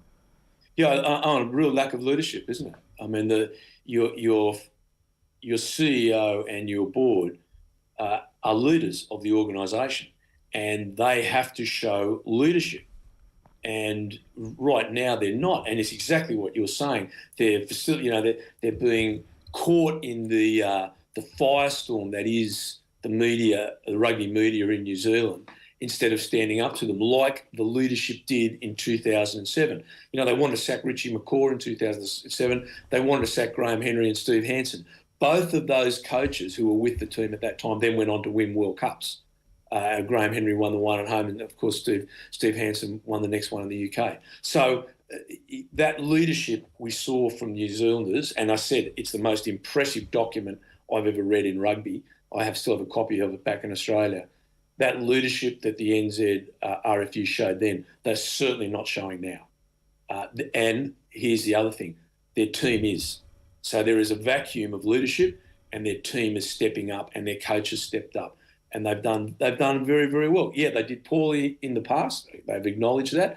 They haven't dodged it. They haven't tried to make excuses. And I think there were some, certainly in November last year, there were some reasonable excuses for why they weren't performing, which is they've been living in hotels in a COVID bubble for almost 4 months in Australia and then in Europe. And anyone who's ever toured will tell you by the end of that period of time, you are absolutely mentally fried. And they didn't perform to their best. They didn't have any excuses at home, except they were beaten by a better team. Ireland were a better team. New Zealand were the better team in Auckland, and Ireland were a better team. Why not just admit that? Why not just say, gee, Ireland played well. We're not happy. Let's move forward. And look where they performed last week. So there's a huge, huge problem in New Zealand rugby, not necessarily with their team, but certainly with other aspects of their leadership. And it's going to be very interesting to see what the long-term ramifications of the best South African club sides playing in Europe now, and those players not playing week in, week out between now and the World Cup against South Africans. It might be very difficult for New Zealand into the future, but if this win is a harbinger of things to come, like they could still win this championship, for example. Oh, absolutely. Absolutely. Like so there's a trophy between South Africa and New Zealand, and New Zealand won that. So in the 2 Test series away from home, New Zealand come home with a trophy. They won the championship last year. They're looking at Australia, who are decimated by injury at the moment, and you know, a sort of a similar story. Played really well in Mendoza 10 days ago, and were very poor on last weekend against the Pumas. The Pumas had a record win. So they're looking at Australia. Australia haven't beaten New Zealand in a Bledisloe Cup, I think since 2003, I think it was the last time Australia won it. So, you know, the chances of Australia winning that are very, very slim. So they could win their series against South Africa. They'll certainly beat Australia, in my opinion, and you would expect them to beat Argentina, which means they'll win the championship. So, again, this is panic and, you know, really poor. Let me come back to the media. The media is, when you're a coach, you get criticised. You expect to get criticised, and if you lose, you're going to get criticism. If you can't handle that, don't go into coaching. And Ian Foster knows that. He's been around a long time. But the viciousness and the vileness of what's been said about these players and coaching staff is just wrong. You know, their mental health, these are human beings. Their parents, their children, their brothers and sisters, their wives, they have to listen to this. And it's really, look, it's horrible for people's mental health. We talk about the mental health and how important it is, yet we allow this to occur. And Artie Sevilla came out, to his great credit, and said just that last week. Said, this is just not right. They haven't stolen money. They're not selling secrets to the Russians. They're just playing a game of rugby, and they've lost a few in the last 6. They've lost some games. And that is what the great thing that team can take out of it. They've drawn a line in the sand. They've closed the door and said, you know, I'll clean it up. But you know what they're saying is, well, forget them. It's all about us. And, you know, more power to them. More power to them. They came out and stuck it right back to them. Yeah. And you've got to admire that. It's going to be very interesting to see what happens, and we'll know more during the week. There is supposed to be an update from the New Zealand board. I suspect Foster's going to survive now, but you don't know. It kind of sounded like maybe he was going to have enough and walk out head held high anyway. It's very difficult to know. It is, Joe. As I said, historically, I would have said he's definitely not going anywhere a year before a World Cup. Historically, I would have said that, especially after they changed their assistant coaches after the Ireland tour when they lost 2-1. And as I've spoken about, the historically how they've treated crisis in the New Zealand Rugby Union. But there is a definite lack of leadership and direction coming from the CEO. And so therefore that puts doubt in my mind about Ian Foster.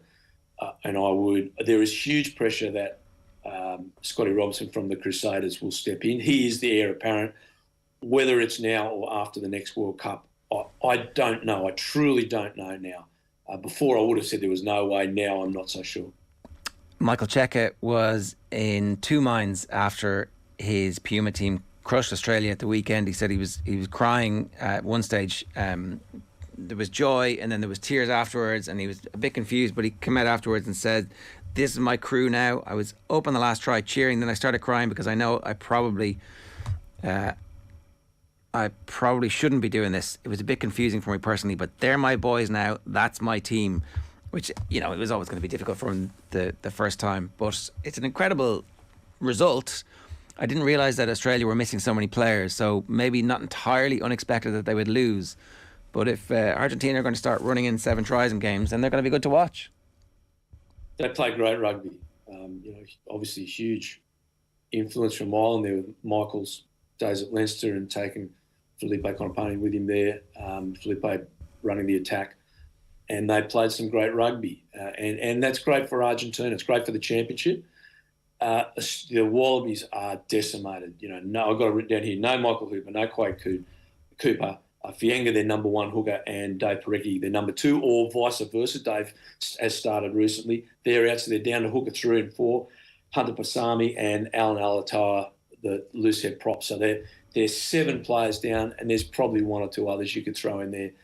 That is no excuse for the defensive effort that they put in. They missed so many tackles and were really quite poor right across the park. And, you know, 48-17, 7 tries, the biggest loss of all time to the Argentinians. And that means for the last 8 games for the Wallabies, they've only won 2. So it's tough times for the guys in the gold jersey, for sure.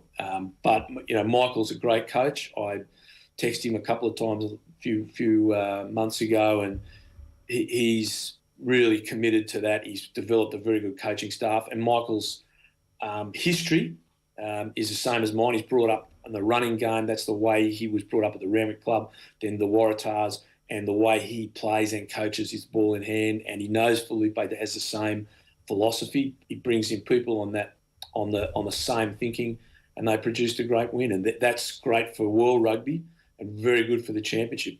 Argentina at home are going to be tough for everyone. There's no two ways about that. It's box office for sure. Great to have you with us, Matt. Thanks a million. Pleasure, guys. Great to talk to you. It's Matt Williams there giving us some thoughts on the coaching situation.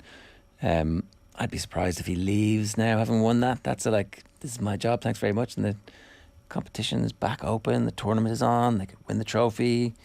And then it's forged in the fire of a bad 6 months. But that's all it was, 6 months. We got over it. That would definitely be kind of an optimistic outlook on it all. It does feel like even listening to Matt there kind of confirms the belief that there have been some bridges burnt, or at least they're smoking up right now. And look, maybe I was going to say, if you're Scott Robinson, do you want to come in now? Maybe because you've just seen the performance of the weekend, you're like, yeah, I do want to absolutely take this team now, because we're reborn. Like, you can't, I can't imagine there's ever a time when the collection of players that are available to the All Blacks are that bad. No. Like, of course, it could be historically bad, and they could still be easily a top 5 team in the world. Yeah. And I know they've gone up to number 4, I think, after the weekend. So all right, there you go, back in the top 4. 9:34, which means they're a semi-final team. That's our dream. 9:34 this morning. We're brought to you live each morning by Gillette Labs for an effortless finish to your day. We're back tomorrow from 7:30 with Niall O'Toole talking about Paul O'Donovan and Fintan McCarthy's win at the European Championships. We'll have Liverpool broadcaster Gareth Roberts reacting to tonight's game against Palace at Anfield, and plenty more besides. I think we're going to start our build-up to Liverpool Man United now, pretty much. We're going to leave you with a snippet from the Sunday pay-per-view where Timmy McCarthy and Kieran Shannon joined our own Joe Malloy. Enjoy. See you tomorrow.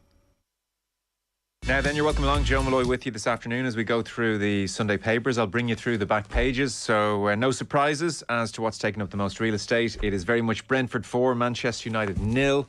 And we'll start here with the Sunday Mirror. It's a picture of Ronaldo, and he's given his face a rub. Neville, Savage's shambolic Reds, men versus under 9s. That was his line on Sky Sports straight afterwards on the television. It was like an under 9s team. And alongside that, Thomas Tuchel ahead of their game against Spurs today. We must buy big stars. He was asked if they need new players. He said yes. So Pierre-Emerick Aubameyang, Frenkie de Jong and Leicester City defender Wesley Fofana very much on Chelsea's list at the moment. That is the Mirror. The Sun then, 10 green bottle jobs. Picture of Manchester United in their questionable away jersey here, I think we can safely say as well. So rubbish is the quote from Eric Ten Hag. Actually, he used the word rubbish about the performance. Well, I guess what else can he say, really? So that's the back page of Sun Sport, and they show the league table with Manchester United bottom of the table on 0 points and the worst goal difference. The Observer go with a picture of David De Gea. United's new low, De Gea's early blunders at Brentford spark 4-0 defeat that leaves his side bottom. City go top. Then we have the Sunday World. Picture Ronaldo, where did it all go wrong? He's got his hands on his hips. Hard to know which goals these pictures are taken at. It was all miserable throughout, really. A lot of dejected body language on Manchester United's part. Maguire there, and we have Bruno Fernandes gesturing to players as he tends to do in these moments. So Cristiano exit could be hastened by United stung by the bees. This is the back page of the Sunday World. A similar picture in the Sunday Mirror, which I've done already. Mail on Sunday. It's Harry Maguire and Christian Eriksen and Fred, and they're walking back to the halfway line for another tip-off, 4-0. We're a load of rubbish. Frustrated manager Ten Hag lays into United team after Brentford rout, as Neville says they look like an under 9 side. Picture then from Sunday Independent. It's Ronaldo on his knees and he's gesturing to the heavens. United sink to new low. Ten Hag's woes compounded in humiliating loss. And then a picture of Ten Hag.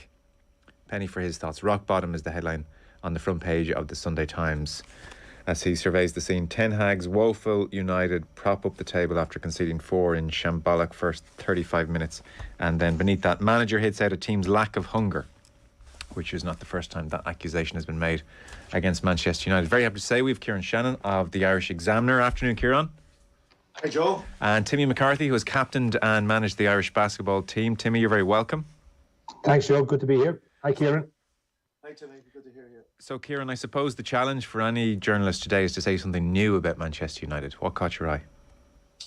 Yeah, well, look, I think the last time I was on with you, Joe, Jonathan Norcroft was doing a series across the Sunday Times on the decline of Manchester United, and it was to him I went to for he was on the match report for the Times yesterday, and just the paragraph just summed it up. So many problems predate then to the manager Den Hagen, that it's a laughable recruitment, poor dressing room culture, a hated ownership, and inadequate players. As you said, this is constant. Although I think now the likes of Jonathan Norcroft and Eamon Sweeney on Hold the Back page, the last page of the Sendo, delve into all those issues. But but it's just the perfect storm of. It starts with management, and look, I suppose there's the parallels you have to take is nearly with Liverpool, where we see now that they were able to turn it around, but they were at a real rock bottom again under despised American ownership with Hicks and Gillette, and how that was the start of their turnaround. Like I've seen the line said that Liverpool were never as bad as United are now. That's not necessarily true. I mean, the Roy Hodgson season or half a season comes to mind. But it turned around. It started with ownership. And look, when Gary Neville has said it about, look, it's time for the management. I mean, there's a lot of common denominators in this. And it starts with the ownership. And now, so like the players' recruitment is obviously a huge issue, but where does that stem from? It stems from the ownership who are appointing these people. So it's like the line has been, this is Man United's worst start to a season in 30 years. 30 years ago, they went on to win that league, their first league since '68. They lost to Sheffield United 2-1. Like they did last week against, last week they lost 2-1 to Brighton, and then they lost 3-0 to Everton. But the difference was, while that seemed like a crisis at the time, it was a blip. And Eric Cantona, one signing was able to change it all. As a catalyst, it's going to take a lot more than that to turn this around for United. This is a full-blown crisis. And until the ownership issue, and it's a case now of nearly how ruthless or how strategic the Man United supporters are. You know, there's that line in Michael Collins' film, "We have a weapon more powerful and it's our refusal." Like, is it going to take only 20,000 in Old Trafford for it to drop, the penny to drop? Because it's just ingrained. Like, Joe, we went through that piece with Jonathan Norcroft. There was the famous line from Zlatan saying, "The security guys don't even know who I am." You know, like every day, it's like I'm just a normal employee. When Zlatan put the spin on the greatest player in the world, whatever about that, you should be able to know. Like I'm reading the Pep Lender's book on Klopp, his assistant coach, and just the culture there is in Liverpool. Just how it's a great place to be, and you can see they're all in sync, and you see that in everything, in GA, from county board chairman, manager, coach, players. United are all run like that. Den Hag's not necessarily the problem, but and the recruitment, the players, they're a symptom of the problem. That was the issue with the Jamie Redknapp thing. The players are a symptom of the problem, not the cause of the problem. It's the ownership, and that's where it all starts from, and that's where it's got to start, the change. To give listeners a sense of some of the specifics in the papers today, for instance, Danny Murphy is talking about De Gea. De Gea is the wrong man for the job, and he says if Ten Hag wants Manchester United to play out from the back, he needs a goalkeeper who can do it. That's not David De Gea. And he mentions the Guardiola example regarding Joe Hart, and how he saw straight away, as beloved as Joe Hart was, that he wasn't the man for the job, and Ederson is now very much the main man. So what Danny Murphy says is De Gea is a fantastic goalkeeper, irrespective of the two glaring errors against Brentford, but he's not comfortable enough on the ball. Ederson at City, Alisson at Liverpool, they are technical enough to play the right pass, but they also know when to play it, and crucially when not to play it.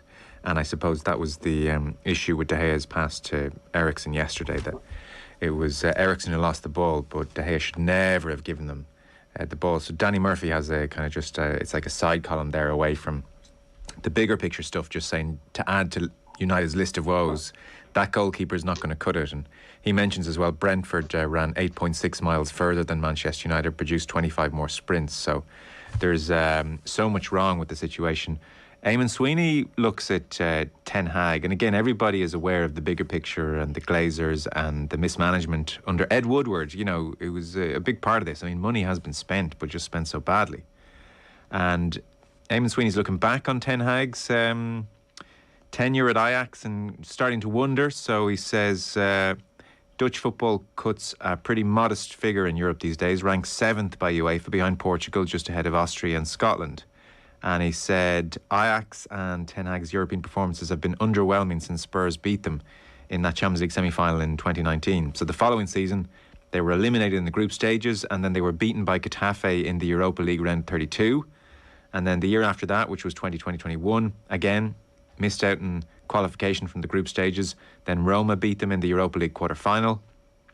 Last year, they did get through the group stages in the Champions League, but they were beaten by Benfica in the round of 16, and they held off PSV in the league by 2 points, which Eamon Sweeney says hardly constitutes an awe-inspiring achievement either. So it won't be long to me when you start seeing those kind of pieces, unfairly or otherwise. It won't be long before there's significant pressure on Ten Hag, which is, again, probably unfair. And Eamon Sweeney, in the opening paragraph, I think, captured the big question, when he says, is Eric Ten Hag is the wrong man in the wrong place at the wrong time? And then he goes on to list what you've outlined there. It was interesting watching Ten Hag yesterday. First of all, I would disagree with some of his comments after the game. He's the manager of the team, and it's his job to fix the team with the hand he's dealt, okay? So, and coming out and making comments about, the players were rubbish, the players had a plan.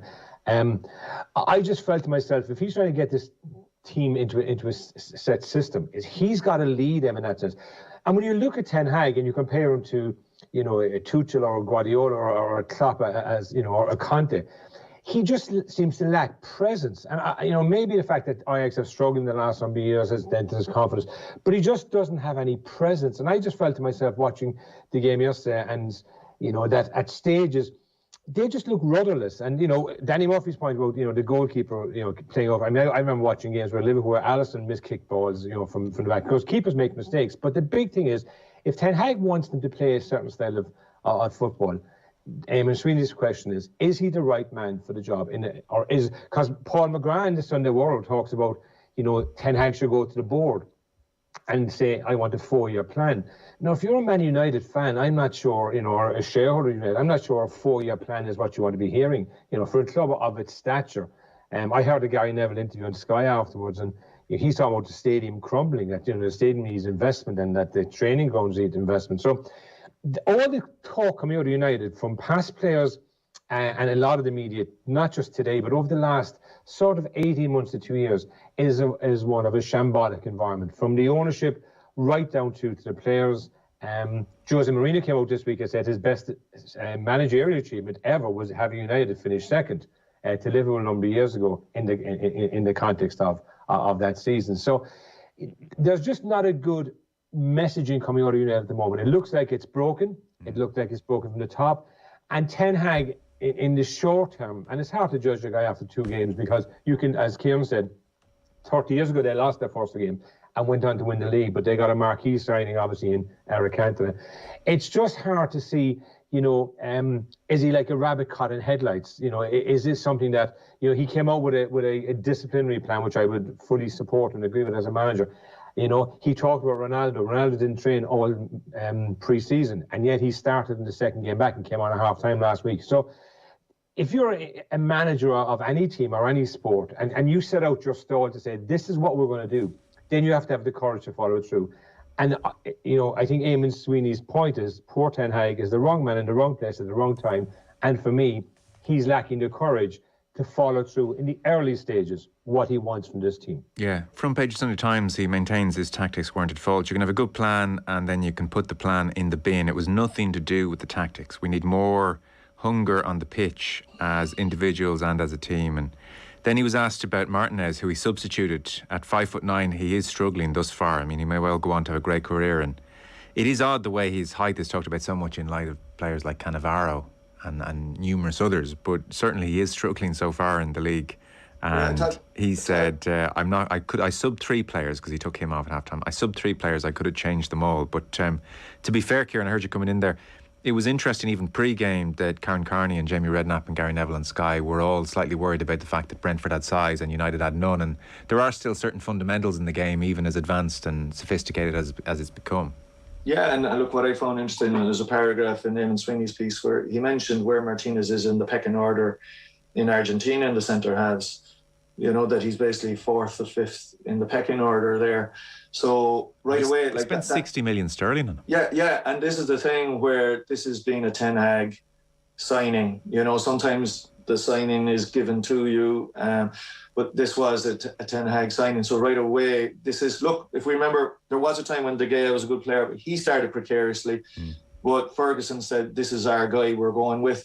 But I thought what was interesting about that opening line from Eamon was often you hear that term that they're the right man at the wrong place, wrong time. It's interesting he said he's the wrong man. I think they have to go with him now. But I will say, I find it amazing about Man United fans. Oh, and even Andy Mitten was on with you, Joe, earlier in the week, correct? Yeah, and I did say to him on that Monday, we're not going to start every Monday with Man United. So yeah. A week was on. it Andy Mitten or Daniel Harris? It was one of the boys who was Andy on Mitten. with you. And he was talking about how, let's not talk about Spurs. Like, Spurs have done nothing in the last 30 years. And he was being snotty about, let's say, what you were making about Conte. Whatever about Conte. How did Manchester United knock off for Pochettino? Because they're sneering that the guy lost the Champions League final, or Spurs only came second and didn't win it out. And like that, if Man United would bite their hand off to be where Pochettino had Spurs within 2 years. That was the obvious call, but it's because they just thought, well, we're Man United, we win titles. Pochettino is just another Spurs manager who couldn't win it. And, you know, you asked for it, you got it. And that hubris is a big part of the problem at Manchester United from the supporters, the entitlement. I mean, Timmy's there, but it takes a 4 year. Klopp said that at his first press conference in Liverpool. He's talking about, maybe in 4 years' time. You know, it's a natural cycle, but it's a progression. And Pochettino was ideally placed. He knew the league. He had a proven CV. He's won his titles now in PSG, whatever, you know, not as good a work as he did at Spurs, but you said the man couldn't win trophies. He's won trophies. So how they have continuously got the wrong man when, like, obviously there was Guardiola, they messed up on that. Klopp, they missed out on that. They've missed out on Pochettino. And now that they've got to go with Ten Hag for the next 3 years at least. No, they do. I guess the worrying thing, because if you missed Redknapp and Neville, in a sense, Neville was talking big picture. This is about the Glazers. This is a decade of mismanagement.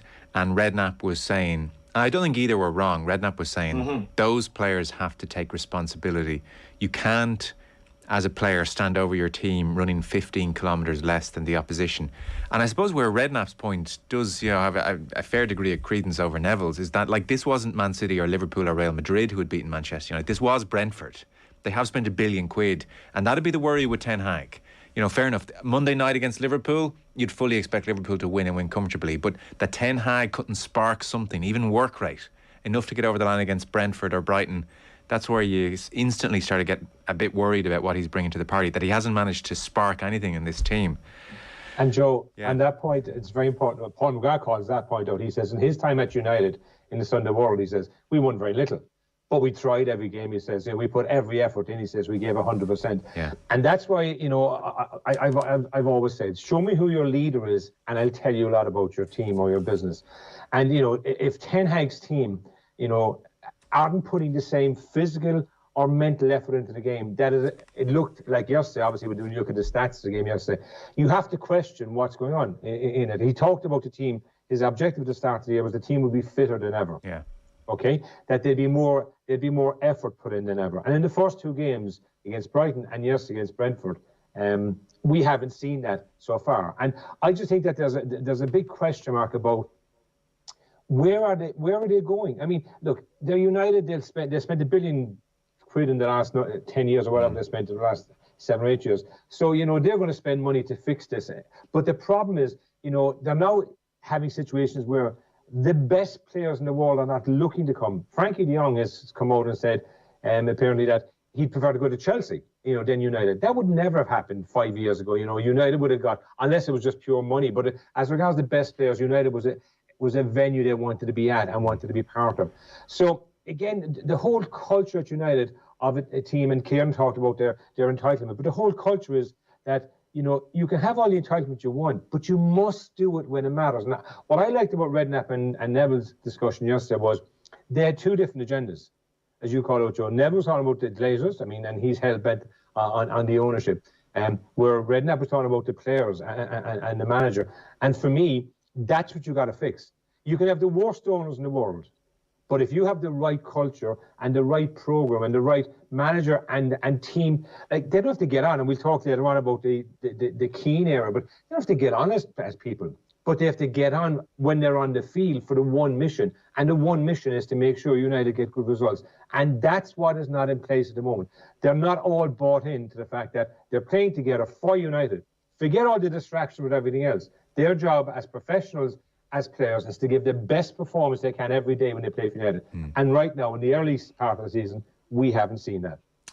We'll press on. How much Roy Keane content is too much Roy Keane content is a question that crosses my mind increasingly. So you can blame Timmy McCarthy for this if you're sick of Manchester United talk, but to be fair, they're pretty interesting extracts. They're pages 8, 9, 10 and 11 in the Sunday Times today. Matt Dickinson, one of the Sunday Times journalists, has written a book about the treble year, 1999, Manchester United, the treble and all that. That's the name of the book. And so there are various extracts here. I have to say, Timmy, when you first WhatsApped about this, I thought, well, this isn't in the Sunday papers today, because I saw this a few days ago. This was definitely doing the rounds online, but they've put it in the Sunday paper today physically, and it's an extract from the book, and it's Teddy Sheringham talking about a major bust-up with Roy Keane, although he still hails Keane as the driving force in the treble-winning year. He says there were so many great players at United, but if Keane, as he calls him, Keane didn't play, we weren't the same team. If he wasn't in training, it wasn't the same session. If you put him in, he'd be snarling and snapping at you on your team, and if you put him in the opposition, he'd be having a go at you. But in advance of making those points, he talks about a major falling out they had, and really, I mean, it's the definition of over nothing. I don't think they were bosom buddies at Nottingham Forest, admittedly, but it's 1998. Eric Harrison, the club's revered youth coach, is retiring, so there's a night out for all the players.